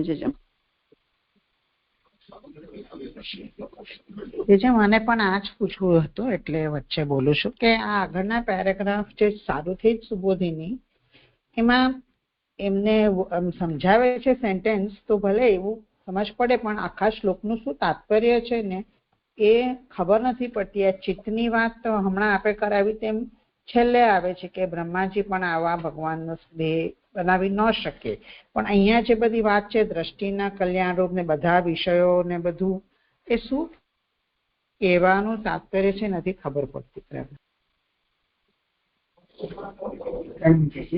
એટલે મને એવું સમજાય છે અહીંયા કે આગળ છે કહ્યું ને કે ભગવાન સચ્ચિદાનંદ રૂપ છે, જે પૂર્વમાં જે ઉદ્ધવજીનો જે વિદુરજીનો મત હતો કે આ દેહ કર્મને આધીન છે, એ રીતે અહીંયા વિરુદ્ધ કરીને અહીંયા સત્ય બતાવ્યું કે સચ્ચિદાનંદ. તો સતમાં પણ ઉત્તમ ભગવાન છે, આપણને પંચમહાભૂતોથી બતાવ્યું. એવી રીતે ચિત્તમાં પણ ઉત્તમ છે. એટલે જે મનુષ્ય દેહ ધારણ કર્યું છે ને, તે લોકોના જ્ઞાન રૂપે જે દેહ ધારણ કર્યું છે એમાં પણ ભગવાન ઉત્તમ છે એમ કહીને પંચમહાભૂતોથી કહ્યું. અને ચિત્તમાં પણ ઉત્તમ એ રીતે જ કહ્યું, જેમ આપણને 57મા પેજ પર છેક છેલ્લી લીટી કહી છે કે તેથી ભગવાનનો દેહ વિષય છે. જે મનુષ્ય રૂપ ધારણ કર્યું છે ને એ વિષય છે, એવા મત પ્રમાણે પણ કોઈક જ ધીર પુરુષ એના આત્માને જુએ છે. અને એટલે જ ભગવાન જે કેવા છે ચક્ષુના ચક્ષુરૂપ છે, તો જ્યારે ચક્ષુ જ્ઞાનને જુએ છે ત્યારે જે કલ્યાણનું ધામ બને છે. એટલે મનુષ્ય રૂપ ધારણ કર્યું છે. આ ચિદરૂપ જે મનુષ્યનું રૂપ છે એ પણ બ્રહ્માજી બનાવી શકતા નથી. ત્યારે જ્યારે એને જ્ઞાનરૂપ ચક્ષુથી એ જ્ઞાનને જુએ ત્યારે જે કલ્યાણના ધામ રૂપ બને છે. એટલે આ જે દેહ છે ને ભગવાનનો, એ પણ અહીંયા ચિદરૂપથી પણ એ ઉત્તમ બતાવ્યો કે જ્યારે એને ખરા સ્વરૂપને જાણે છે ત્યારે કલ્યાણનું ધામ બને છે. એવી રીતે સતરૂપથી પણ સતમાં પણ ઉત્તમ બતાવ્યું ને ચિદમાં પણ ઉત્તમ બતાવ્યું. એવું છે જે મને સમજાયું. એટલે અહીંયા કહ્યું ને પ્રણામ છે, જ્ઞાન ઇન્દ્રિયોનું તે ભગવાનનું રૂપ જ ધામ છે. જ્ઞાન ઇન્દ્રિયનું જે ભગવાનનું રૂપ છે એ ધામ રૂપ બતાવ્યું. અને એ જ્ઞાનની ઇન્દ્રિયોનું જે ધામ રૂપ ભગવાનનું રૂપ છે એમાં જે જગત સૃષ્ટિ રચવાનું બ્રહ્માજીનું સામર્થ્ય છે તે પણ અહીંયા સંપૂર્ણ રીતે જતું રહેલું છે, જે શ્લોકાર્થમાં કહ્યું છે. એ જ રીતે ઉત્તમતા બતાવી કે ભગવાનનું જે રૂપ છે એ જ્ઞાન ઇન્દ્રિયનું ધામ રૂપ છે, તો એની ઉત્તમતા થઈને કે બ્રહ્માજી આ સત આંખ બનાવવામાં શક્તિમાન છે, પણ એમાં એમનું સામર્થ્ય જતું રહ્યું છે, સંપૂર્ણ રીતે જતું રહ્યું છે. એ રીતે ચિત્તની ઉત્તમતા અહીંયા ચિત્તની ઉત્તમતા બતાવી એમાં મને એવું સમજાય.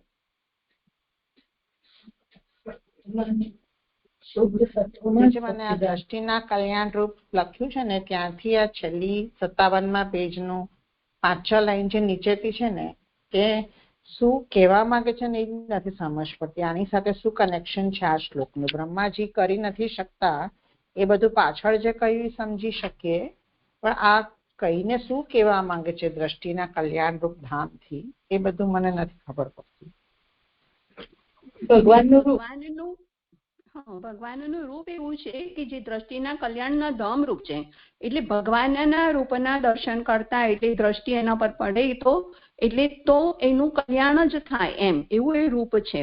રૂપની અહીંયા આગળ ઉત્કર્ષતા બતાવી છે એમ કે જે રાજસ્વી યજ્ઞ છે, રાજસ્વી યજ્ઞ ધર્મના ઉત્તમપણા રૂપ છે એ પણ ઉત્કૃષ્ટ છે, તેનાથી પણ ઉત્તમ ભગવાનનું રૂપ છે એમ.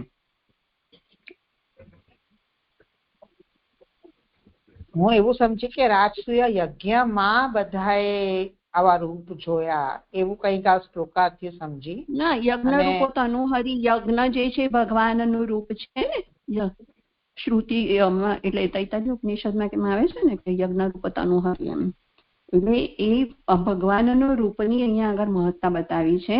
એટલે તો કીધું કે બધા વિષયો દ્રષ્ટિનો નાશ કરનારા છે, પણ જે ભગવાનના સંબંધ વાળા વિષયો છે તેવો પણ સ્વરૂપથી કલ્યાણ રૂપ નથી.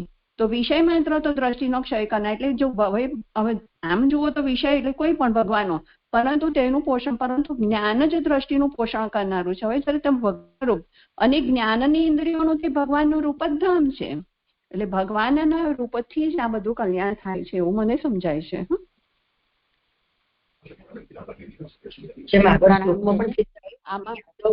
ક્યારે થયા કે એમને ખરા સ્વરૂપને ન જાણ્યું ત્યારે ને, એટલે એમને કલ્યાણના ધામરૂપ પણ ના થયું. અહીંયા એ જ સ્વરૂપને જ્યારે આવા જ્ઞાનીઓ જુએ છે ચિદ રૂપથી પણ એને ઉત્તમ એમના દેહને, ત્યારે એમનું કલ્યાણનું ધામ બને છે, એવું પણ જે સમજી શકાય. આ યજ્ઞ રૂપની તો વાત નથી, પ્રકટ જે ભગવાન છે તેની જ વાત થઈ રહી છે. એક તો એ સ્પષ્ટ કરી લેવું જોઈએ, કેમ કે અગ્ર પૂજા કોની કરવી એ વિષયમાં રાજસૂયમાં જે તો પ્રશ્ન થયો ને ત્યારે અંતમાં પછી ભગવાન શ્રી કૃષ્ણની જ અગ્ર પૂજા કરવી જોઈએ એ સર્વાનુમતથી નિશ્ચય કરવામાં આવ્યો. તો યજ્ઞમાં જ આ જ્ઞાન પ્રકટ થયું ને, એટલે મૂળમાં જે કહ્યું છે કે ધર્મમાં જ્ઞાન પ્રકટ થાય છે અને આપણો ઉત્તમ પ્રકારનો ધર્મ રાજસૂય છે, એમાં આ જે જ્ઞાન છે એ પણ સર્વોત્તમ પ્રકારનું બધાને સમજાયું કે ભગવાન શ્રી કૃષ્ણ સર્વશ્રેષ્ઠ છે. તો રૂપ તો બધાને દેખાતા હતા, પરંતુ રૂપ દૃષ્ટિનાશક હોય છે. વસ્તુ તો સાચું જે જ્ઞાન છે એ જ અહીંયા મુખ્ય છે એ વાત બતાવી. એટલે દૃષ્ટિનું પોષણ તો જ્ઞાનથી થાય છે. તો એ જ્ઞાન અહીંયા બધાને સમજમાં આવ્યું છે.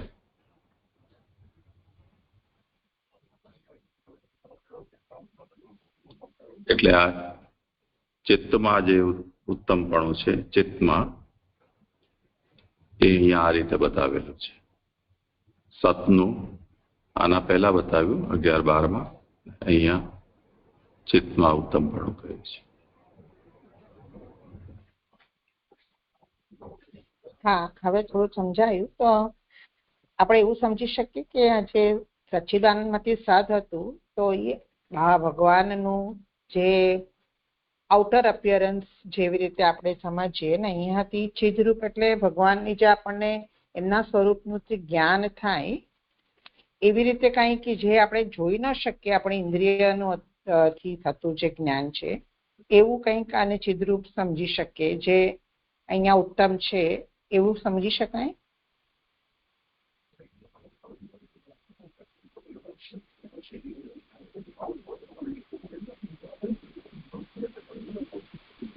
અલકાબેન તમને પૂછે છે.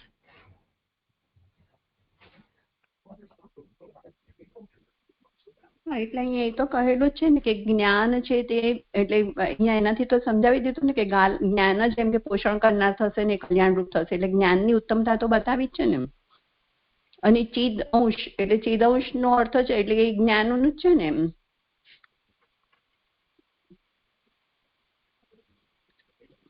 હોવાપણાનું ભાન ચિદ એટલે એ જ્ઞાન કરાવે છે ને. મને કેવું સમજાય છે? જે વિશેષતા આપણે સમજાવો.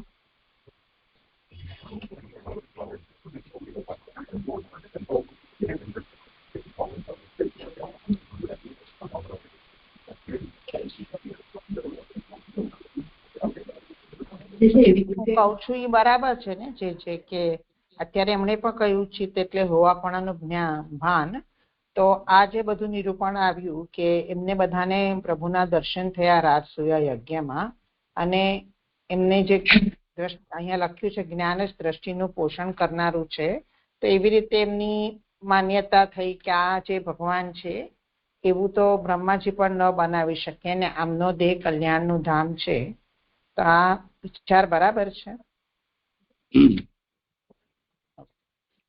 પારુલબેન લાસ્ટ ટાઈમ છે ને પ્રીતિબેને જયારે આ કર્યો હતો શ્લોક ત્યારે એમણે પણ આ રીતે સમજાવ્યું હતું કે જ્ઞાન એટલે કઈ રીતનું જ્ઞાન, કે એક કોમ્પ્યુટર મૂકવામાં આવ્યું છે તો કોઈ એને જોશે તો એને ખાલી એક બોક્સ તરીકે જોશે. જો એને જ્ઞાન નહીં હોય કે આ કોમ્પ્યુટર છે, આના શું કાર્યો છે, એના શું ફંક્શનો છે, તો પણ જ્યારે એના એ કાર્ય ફંક્શન એને ખબર પડશે ને ત્યારે એની ઉત્તમતા આવશે.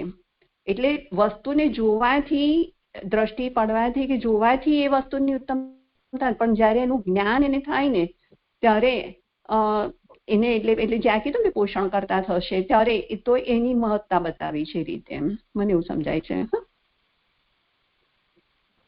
હા, કમ્પ્યુટરના એક્ઝામ્પલ થી સારું સમજ પડ્યું. અને તમે લૌકિક દ્રષ્ટિથી પણ એક એક્ઝામ્પલ લો કે જેમ કે અમે આજે કીધું કે અહીંયા શું કીધું 3 નંબરની ફૂટનોટમાં કે નાશ ન થવો ને કલ્યાણ થાય છે. હવે ભગવાનના વિષયોમાં તમે જયારે દ્રષ્ટિ કરો છો, દ્રષ્ટિ તમારી ભગવાનના વિષયો પર, તો એનાથી નાશ નથી થતો પણ કલ્યાણ થાય છે. પણ તેથી આ પદાર્થો દ્રષ્ટિનો નાશ ન કરનારા નહીં હોવાથી પોષણ કરનારા પણ નથી. તો તમે લૌકિક ઉદાહરણ એવું લઈ લો કે જેમ તમને તાવ આવ્યો અને ડોક્ટર પાસે ગયા અને તમને દવા આપી તો તમારો તાવ મટી ગયો, પણ એ તાવ મટ્યા પછીથી તમારી ફરિયાદ તો રહેશે કે મને શરીર દુખે છે, આ થાય છે, તો એ વખતે ડોક્ટર તમને વિટામિન્સ આપશે ત્યારે પોષણ કરતા થશે. એવી રીતે અહીંયા ભગવાનના જે વિષયો છે કેવલ દ્રષ્ટિથી નહીં પણ દ્રષ્ટિનું જ્યારે વિષયનું જ્ઞાન થાય ત્યારે જે પોષણ કરતા થશે. એવું પણ હું કદાચ સમજી શકું.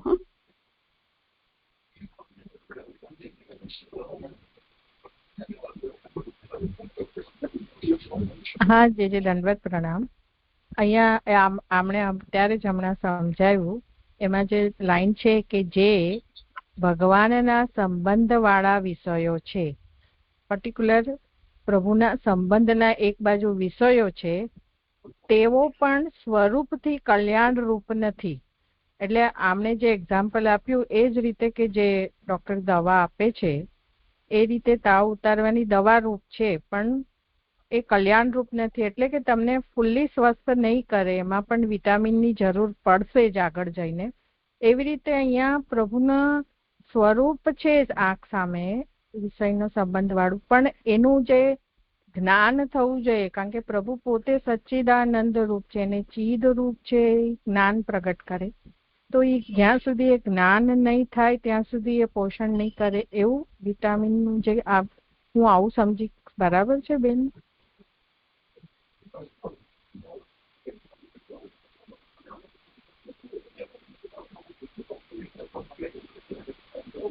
એટલે સ્વરૂપથી કલ્યાણરૂપ નથી. પ્રભુના ભગવાનના સંબંધ વાળા જે વિષયો છે એ પણ સ્વરૂપથી કલ્યાણરૂપ નથી. એટલે ભગવાન સિવાય ભગવાનના બીજા બધા વિષયો સંબંધ વાળા છે તે પણ જો સ્વતંત્ર રીતે આપણે જોઈએ તો એ સ્વરૂપથી કલ્યાણરૂપ તો એ પણ નથી થતા.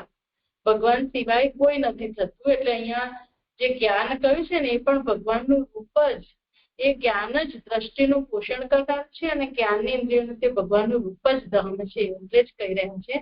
કારણ કે ભગવાનનું જે સ્વરૂપ છે તેને જ અહીંયા ઉત્તમતા ચિદ રૂપથી બતાવી રહ્યા છે. એટલા માટે મને એવું સમજાય છે. એટલે સ્વતંત્ર રીતે ભગવાન અહીંયા એક્ઝામ્પલ માટે સમજવું હોય તો કેવી રીતે સમજાય કે જે ભગવાનના સંબંધ વાળા વિષયો છે? ફોર એક્ઝામ્પલ બેલાબેન, હું કહું, હું જે સમજુ છું તે કે જે ભગવાનના સંબંધ વાળા વિષયો છે. હવે આપણે ભગવતજી લઈએ, બરાબર? હવે એ ભગવતજીને તમે જાણો છો કે આ ભગવતજી છે અને તમે કદાચ ને તો એનાથી જાણો છો, દર્શન કરો છો, એનાથી તમને કશું નહીં થાય. પણ જ્યારે એની અંદરનું તમે વાંચન કરશો અને એનું જ્ઞાન પ્રાપ્ત થશે ને ત્યારે તમારું પોષણ કરનારું થશે. જે આવી રીતે સમજી શકાય. પણ અલકાબેન, તમે જે આ હમણાં ભાગવતજીનું એક્ઝામ્પલ આપ્યું તો એ સ્વરૂપથી પણ કલ્યાણરૂપ છે જ, ભલે એનું અંદરનું આપણને જ્ઞાન નથી. એટલે મને લાગે છે એક્ઝામ્પલ નો કહેવાય. એને પણ હોય તો સ્વરૂપથી કલ્યાણ થાય છે પણ પોષણ કરનારું નથી થતું. કલ્યાણ આ લાઈન આવીને કે ભગવાનના, તમે કીધું આ ભાગવતનું એક્ઝામ્પલ થી હું પૂછું છું કે આ ભગવાનના સંબંધ વાળો વિષય છે, તેઓ પણ સ્વરૂપથી કલ્યાણરૂપ નથી. એ જે તમે કહો છો પોષણ કરતા નથી ને એ હિસાબે કલ્યાણ રૂપ નથી. બાકી તો કલ્યાણ થાય છે. ઉપર વાંચો તમે, નાશ ન થવો અને કલ્યાણ થાય છે 2 નંબરની ફૂટનોટમાં. એટલે કલ્યાણ તો થશે પણ જે કલ્યાણકારી જે થવું જોઈએ એવું નહીં થાય, કારણ કે પોષણ કરનારા પણ નથી એમ. એટલે એનું જ્ઞાન તમે પૂરેપૂરું પ્રાપ્ત કરશો તો તમને એ કલ્યાણ રૂપ થશે, નહીં તો કલ્યાણ રૂપ નહીં થાય. હું એવું સમજુ છું. હા, એટલે અહીંયા કલ્યાણ રૂપ નથી એમ જ કહી રહ્યા છે. હા, થોડું કન્ફ્યુઝન છે. જે આપ સ્પષ્ટ કરે. દંડવત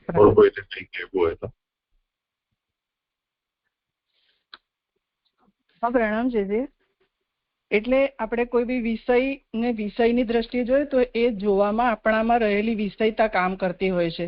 એ વિષયતાને લીધે વિષય કલ્યાણકારી નથી થતું. તો એ વિષયતાને દૂર કરવી જરૂરી છે.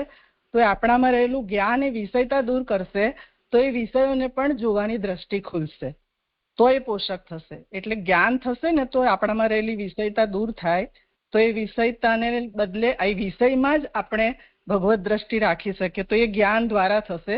એ વિષયો દ્વારા આપણી દ્રષ્ટિ નથી ખુલતી, પણ એ વિષયો પ્રત્યે જોવાની દ્રષ્ટિ બદલવાનો જે વ્યવહાર છે આપણો, એનાથી આપણી દ્રષ્ટિમાં ચેન્જ આવે છે. એટલે કોઈ પણ વિષયને ભગવત સંબંધિત આપણામાં પર જે આધિભૌતિક સેવા અને આધ્યાત્મિક સેવા અને આધિદૈવિક સેવા જે કહીએ છીએ, તો આધિભૌતિક સેવા જ્યારે કરીએ છીએ તો એ વિષયોમાં બધું ભગવત સંબંધી જોડાયેલું હોવા છતાં આપણી દ્રષ્ટિ એમાં આધિભૌતિક જો હોય તો એને ફલરૂપા નથી કહી. પણ જ્યારે આધિદૈવિક એટલે કે આપણામાં જ્યારે જ્ઞાન પ્રાપ્ત થાય અને એને જોવાની દ્રષ્ટિમાં એટલે વિષયતામાં આપણો ફેર પડે ત્યારે એમાં આધિદૈવિકતા આવે છે અને એ ફલરૂપ કે કલ્યાણકારી બને છે. એવું સમજાય છે. જે પ્રણામ.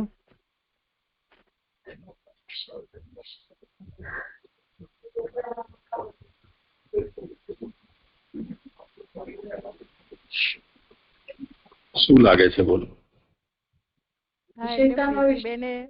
પ્રીતિબેને જે કીધું કે ભગવાનના સંબંધ વાળા વિષયોમાં વિષયતાથી તમે જોઈ રહ્યા છો એમ એમણે કીધું. પણ મને ક્વેશ્ચન એ થાય પ્રીતિબેન કે ભગવાનનો સંબંધ થાય તેમ છતાં બી વિષયતા રહી શકે? કારણ કે આગલા બધા શ્લોકમાં ભગવાનના સંબંધનું વિષયતા આપણી દ્રષ્ટિમાં છે, વિષયોમાં નથી. તો એ વિષય બધા જ વિષયોને આપણે વિષય તરીકે જોઈએ તો એને વિષય તરીકે જ આપણને દેખાશે. પણ જ્યારે ભગવત સંબંધિત વિષય તરીકે આપણે જ્યારે જોઈએ ત્યારે જ એમાં ભગવત સંબંધનું અનુમાન કે થાય છે. તો આપણે બધું ભગવત સંબંધી જોડાયેલું છે એવું જ્ઞાન થાય ત્યારે આપણી વિષયતા દ્રષ્ટિમાં ફેર પડે છે. એટલે આપણી દ્રષ્ટિ એ જ્ઞાન દ્વારા ખુલે કે આ ભગવત સંબંધી છે. તો આપણે એને ભગવત સંબંધી જાણીએ તો આપણો વ્યવહાર એની સાથે બદલાઈ જશે, નહીં તો એ નહીં વિષયમાં આપણી ભેદ દ્રષ્ટિ રહેશે એવું મને તો લાગે છે. મને તો લાગે છે કે આગળ જે કહ્યું ને બધા વિષયો દ્રષ્ટિઓનો નાશ કરનારા છે, તો એમાં લાગે છે કે બધા વિષયો એવા છે કે જે દ્રષ્ટિઓનો નાશ કરે છે. પણ જે ભગવાનના સંબંધવાળા વિષયો છે તેઓ પણ એમ કરીને જે વાત કરી એટલે એ પણ સ્વરૂપથી કલ્યાણરૂપ નથી. એટલે સ્વરૂપથી ભગવાન સંબંધી જો વિષયો છે એ પણ સ્વરૂપથી એ કલ્યાણ નથી કરી શકતા. એટલે અહીંયા બીજા નંબરની ફૂટનોટમાં કહે છે નાશ ન થવો અને કલ્યાણ થાય છે.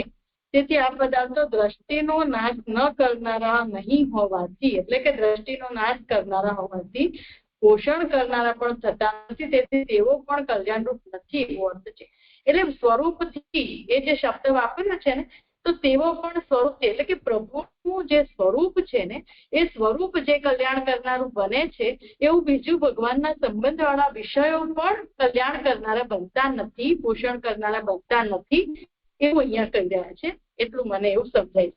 એટલે અહીંયા જે વિષય કહ્યો ને એમાં વિષયતા મને આમાં નથી સમજાતી, પણ કદાચ લઈ શકાય કે બધા વિષયો દ્રષ્ટિઓનો નાશ કરનારા છે. એમાં આમાં તો મને નથી સમજાતું.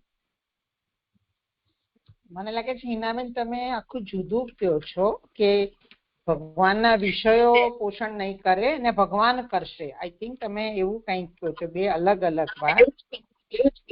હા હું એવું જ કહું છું. હવે જે કહેશે પણ ત્યાં સુધીની ચર્ચા આ એંગલ થી નથી વિચારી. હમણાં તમે કહો છો એ જુદી વાત કહો છો. અમે બધા તો આ ટોપિક ની વાત કરીએ છીએ કે ભગવાનના સંબંધ વાળા વિષયો છે એક સ્વરૂપથી કલ્યાણરૂપ નથી. એટલે તમારો અલગ છે વિચાર. ના એટલે આગળ હજી પણ આગળ એટલા માટે જ મને એવું લાગે છે, હું મારો જ વિચાર કરું છું પછી જે ક્લિયર થશે કે એ જે સ્વરૂપથી ભગવાનના સંબંધવાળા વિષયો છે તેઓ પણ સ્વરૂપથી કલ્યાણ નથી. વિષય માત્ર તે દ્રષ્ટિનો ક્ષય કરનાર છે પરંતુ તેનું પોષણ કરતો નથી. પરંતુ જ્ઞાન જ દ્રષ્ટિનું પોષણ કરનારું છે અને જ્ઞાન ઇન્દ્રિયો તે ભગવાનનું રૂપ જ ધામ છે. એટલે અહીંયા ભગવાનના રૂપ થી જે જ્ઞાન બતાવી રહ્યા છે ને એને ચિત્તથી ઉત્તમતા, ચિત્તમાં ઉત્તમપણું અહીંયા બતાવી રહ્યા છે. તો એ ભગવાનનું રૂપ જ ધામ રૂપ બન્યું છે એ ચિત્તની ઉત્તમતા બતાવવા માટે. એટલે આગળ બધું જે બતાવ્યું એ બધાને કલ્યાણ પોષણ કરનારું નથી અને ભગવાનનું રૂપ જ જ્ઞાન કરાવનારું છે. એમ મને આખો વિષય આ રીતે મને સમજાયો હતો.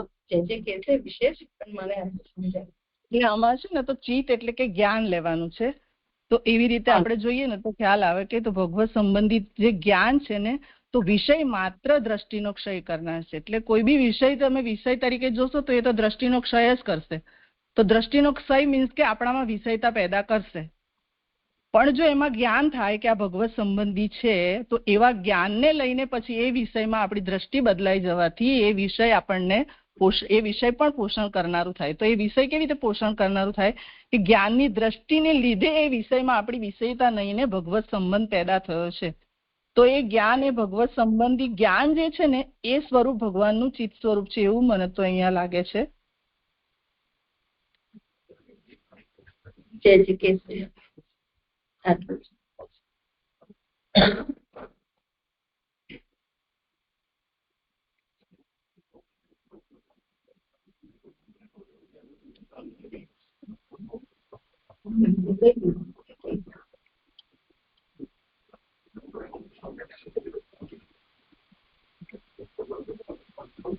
મૂળ વિષય આપણે આમાં શ્લોકમાં વિષય આવ્યો છે એ જોઈએ છે ઉદ્ધવજી શું કહી રહ્યા છે કે રાજસૂયમાં ભગવાનના દર્શન બધાએ કર્યા.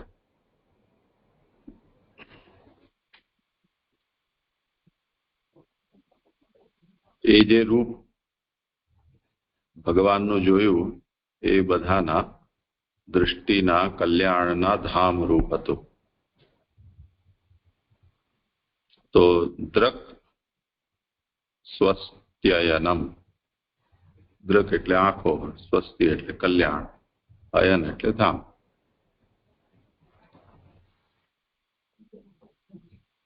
તો પૂરી વ્યાખ્યા આ અંશ ઉપર છે, દ્રક સ્વસ્ત્યયનમ.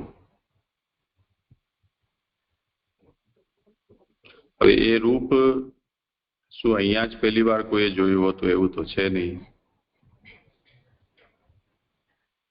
એ રૂપ તો પ્રકટ પહેલેથી બિરાજી જ રહ્યું છે અને બધા એના દર્શન થતા જ આવ્યા છે.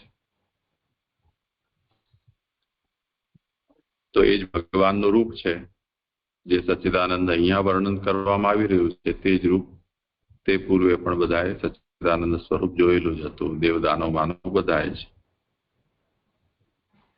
પણ જે કઈ સમસ્યા છે એ છે કે વિષયનું દર્શન તો થઈ રહ્યું છે જ્ઞાનેન્દ્રિયથી, પરંતુ જ્ઞાન ચક્ષુથી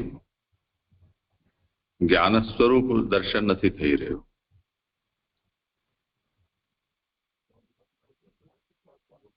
તો એ અર્થમાં અહીંયા ભગવદ્ ગીતાનો સંદર્ભ શાયદ આપણે આપ્યો છે વલ્લભજીએ. પશ્યન શૃણવન સ્પૃશન જિઘ્રન અષ્ટન ગચ્છન સુપન શ્વસન પ્રલપન વિસર્જન ગૃહ્ણન ઉન્મિશન નિમિશન નપી ઇન્દ્રિયાર્થેષુ વર્તન્તે ઇતિ ધારયન બ્રહ્મણ્યાદાય કર્માણી વગેરે. તો એ વિષયને અહીંયા કહી રહ્યા છે કે ઇતિ શ્લોકોક્તાઃ વિષયાઃ તેપી સ્વરૂપતઃ સ્વસ્તિ રૂપા ન ભવન્તિ. જે વિષયો છે જેનો આપણે ઇન્દ્રિયો દ્વારા સાક્ષાત્કાર કરીએ છીએ તે પોતાના સ્વરૂપથી સ્વસ્તિ રૂપ કલ્યાણ રૂપ નથી થતા. કલ્યાણ રૂપ નથી થતાનું તાત્પર્ય શું કે સંગાદિના તેષામેવ બંધક સંભવાત. વિષયોનો દર્શનથી વિષય સંગ જે થાય એનાથી એ વિષયો દૃષ્ટા છે એને બંધક થઈ જાય છે, બંધન કરનારા.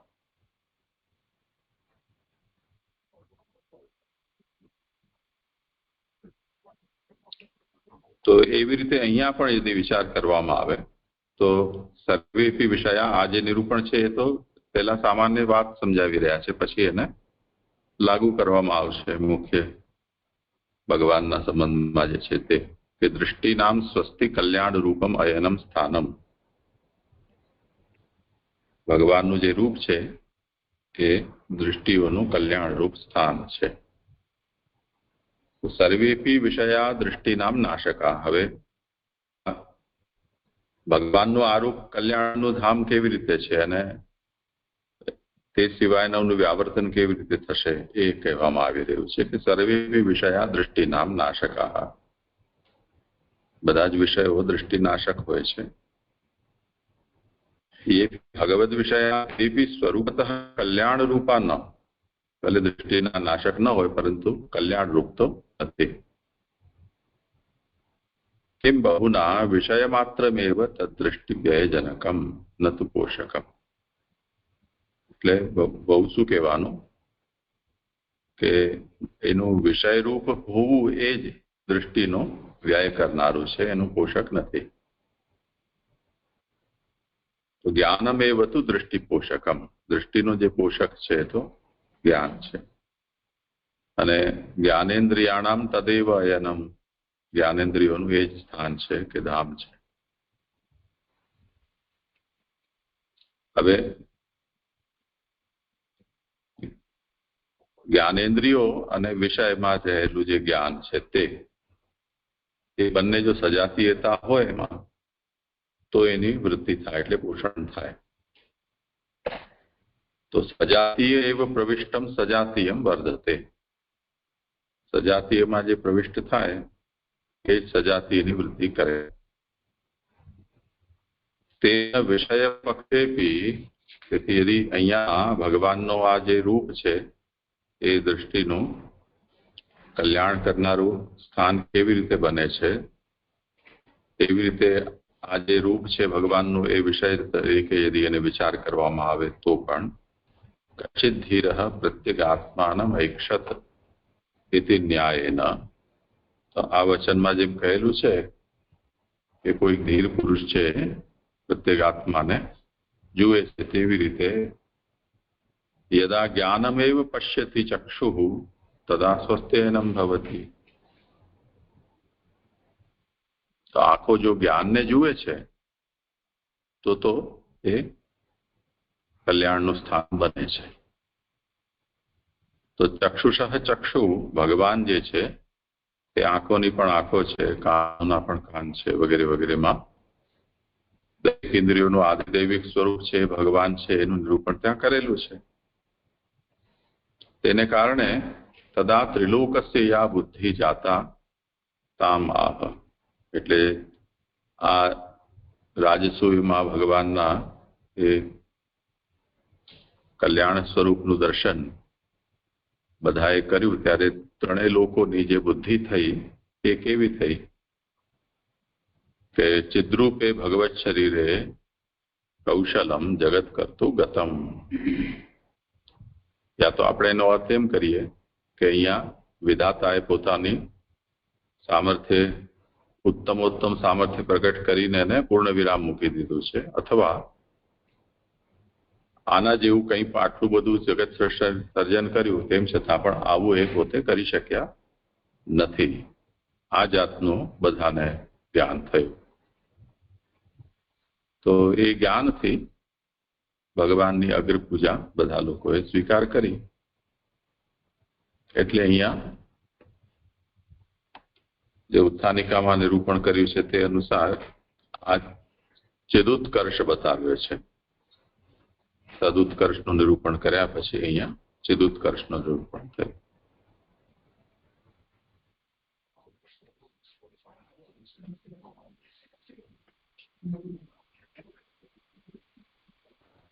દંડવત પ્રણામ જયજી. હા, તો પ્રણામ એનો- જયજી. એનો મતલબ એ થયો કે રાજસૂય યજ્ઞ પહેલા આવું જ્ઞાન નતું થયું કોઈને, એવું? થયું હતું કે નતું થયું અત્યારે તો બધાને થયું છે. જેને થયું હશે એ જાણે. જી જયજી, દંડવત પ્રણામ. ને જે હિનાબેન કહી રહ્યા છે એ મત એમનો તો પછી અહીંયા ઠીક થાય કે નહીં? કારણ કે આગળની વાત આપ કહો છો કે એક જનરલ સ્ટેટમેન્ટ તરીકે છે કે બધાએ વિષયો દ્રષ્ટિનો નાશ કરનારા છે, પોષણરૂપ નથી. તો એ જે કહી રહ્યા છે હિનાબેન કે ભગવાન જ કરે, વિષયો ન કરે, તો એ વાત બરાબર છે કે પહેલાનું ડિસ્કશન પ્રમાણે બરાબર હતું? શું છે મને સમજાય? બધા વિષયો દ્રષ્ટિઓનો નાશ કરનારા છે, કલ્યાણ કરનારા નથી. તે રીતે ભગવાનના સંબંધવાળા જે વિષયો છે તે પણ કલ્યાણ કરનારા નથી, ભગવાન જ કરનારા છે. ભગવાનનું રૂપ જ એ બરાબર છે કે નથી એમ પૂછી રહ્યા છે.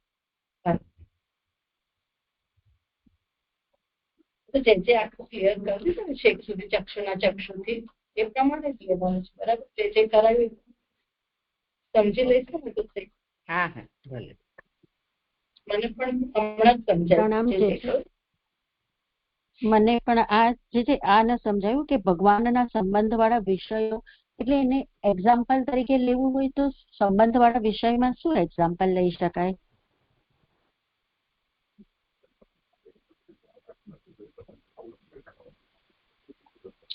એ જ વસ્તુ ને કે જ્યાં સુધી જ્ઞાનરૂપતાથી એને ગ્રહણ કરવામાં ના આવે તો એ કલ્યાણ રૂપ નથી થતું. હા હા, એટલે ત્યાં એ જ એને જ લેવાનું છે. હા હા, સમજાયું. હા છે.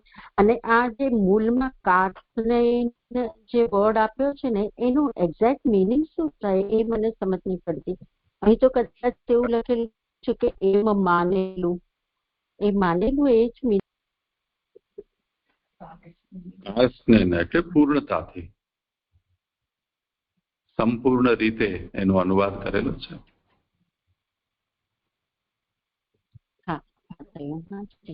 પ્રણામ છે. સારું, અહીંયા આજે વિરામ. પ્રણામ.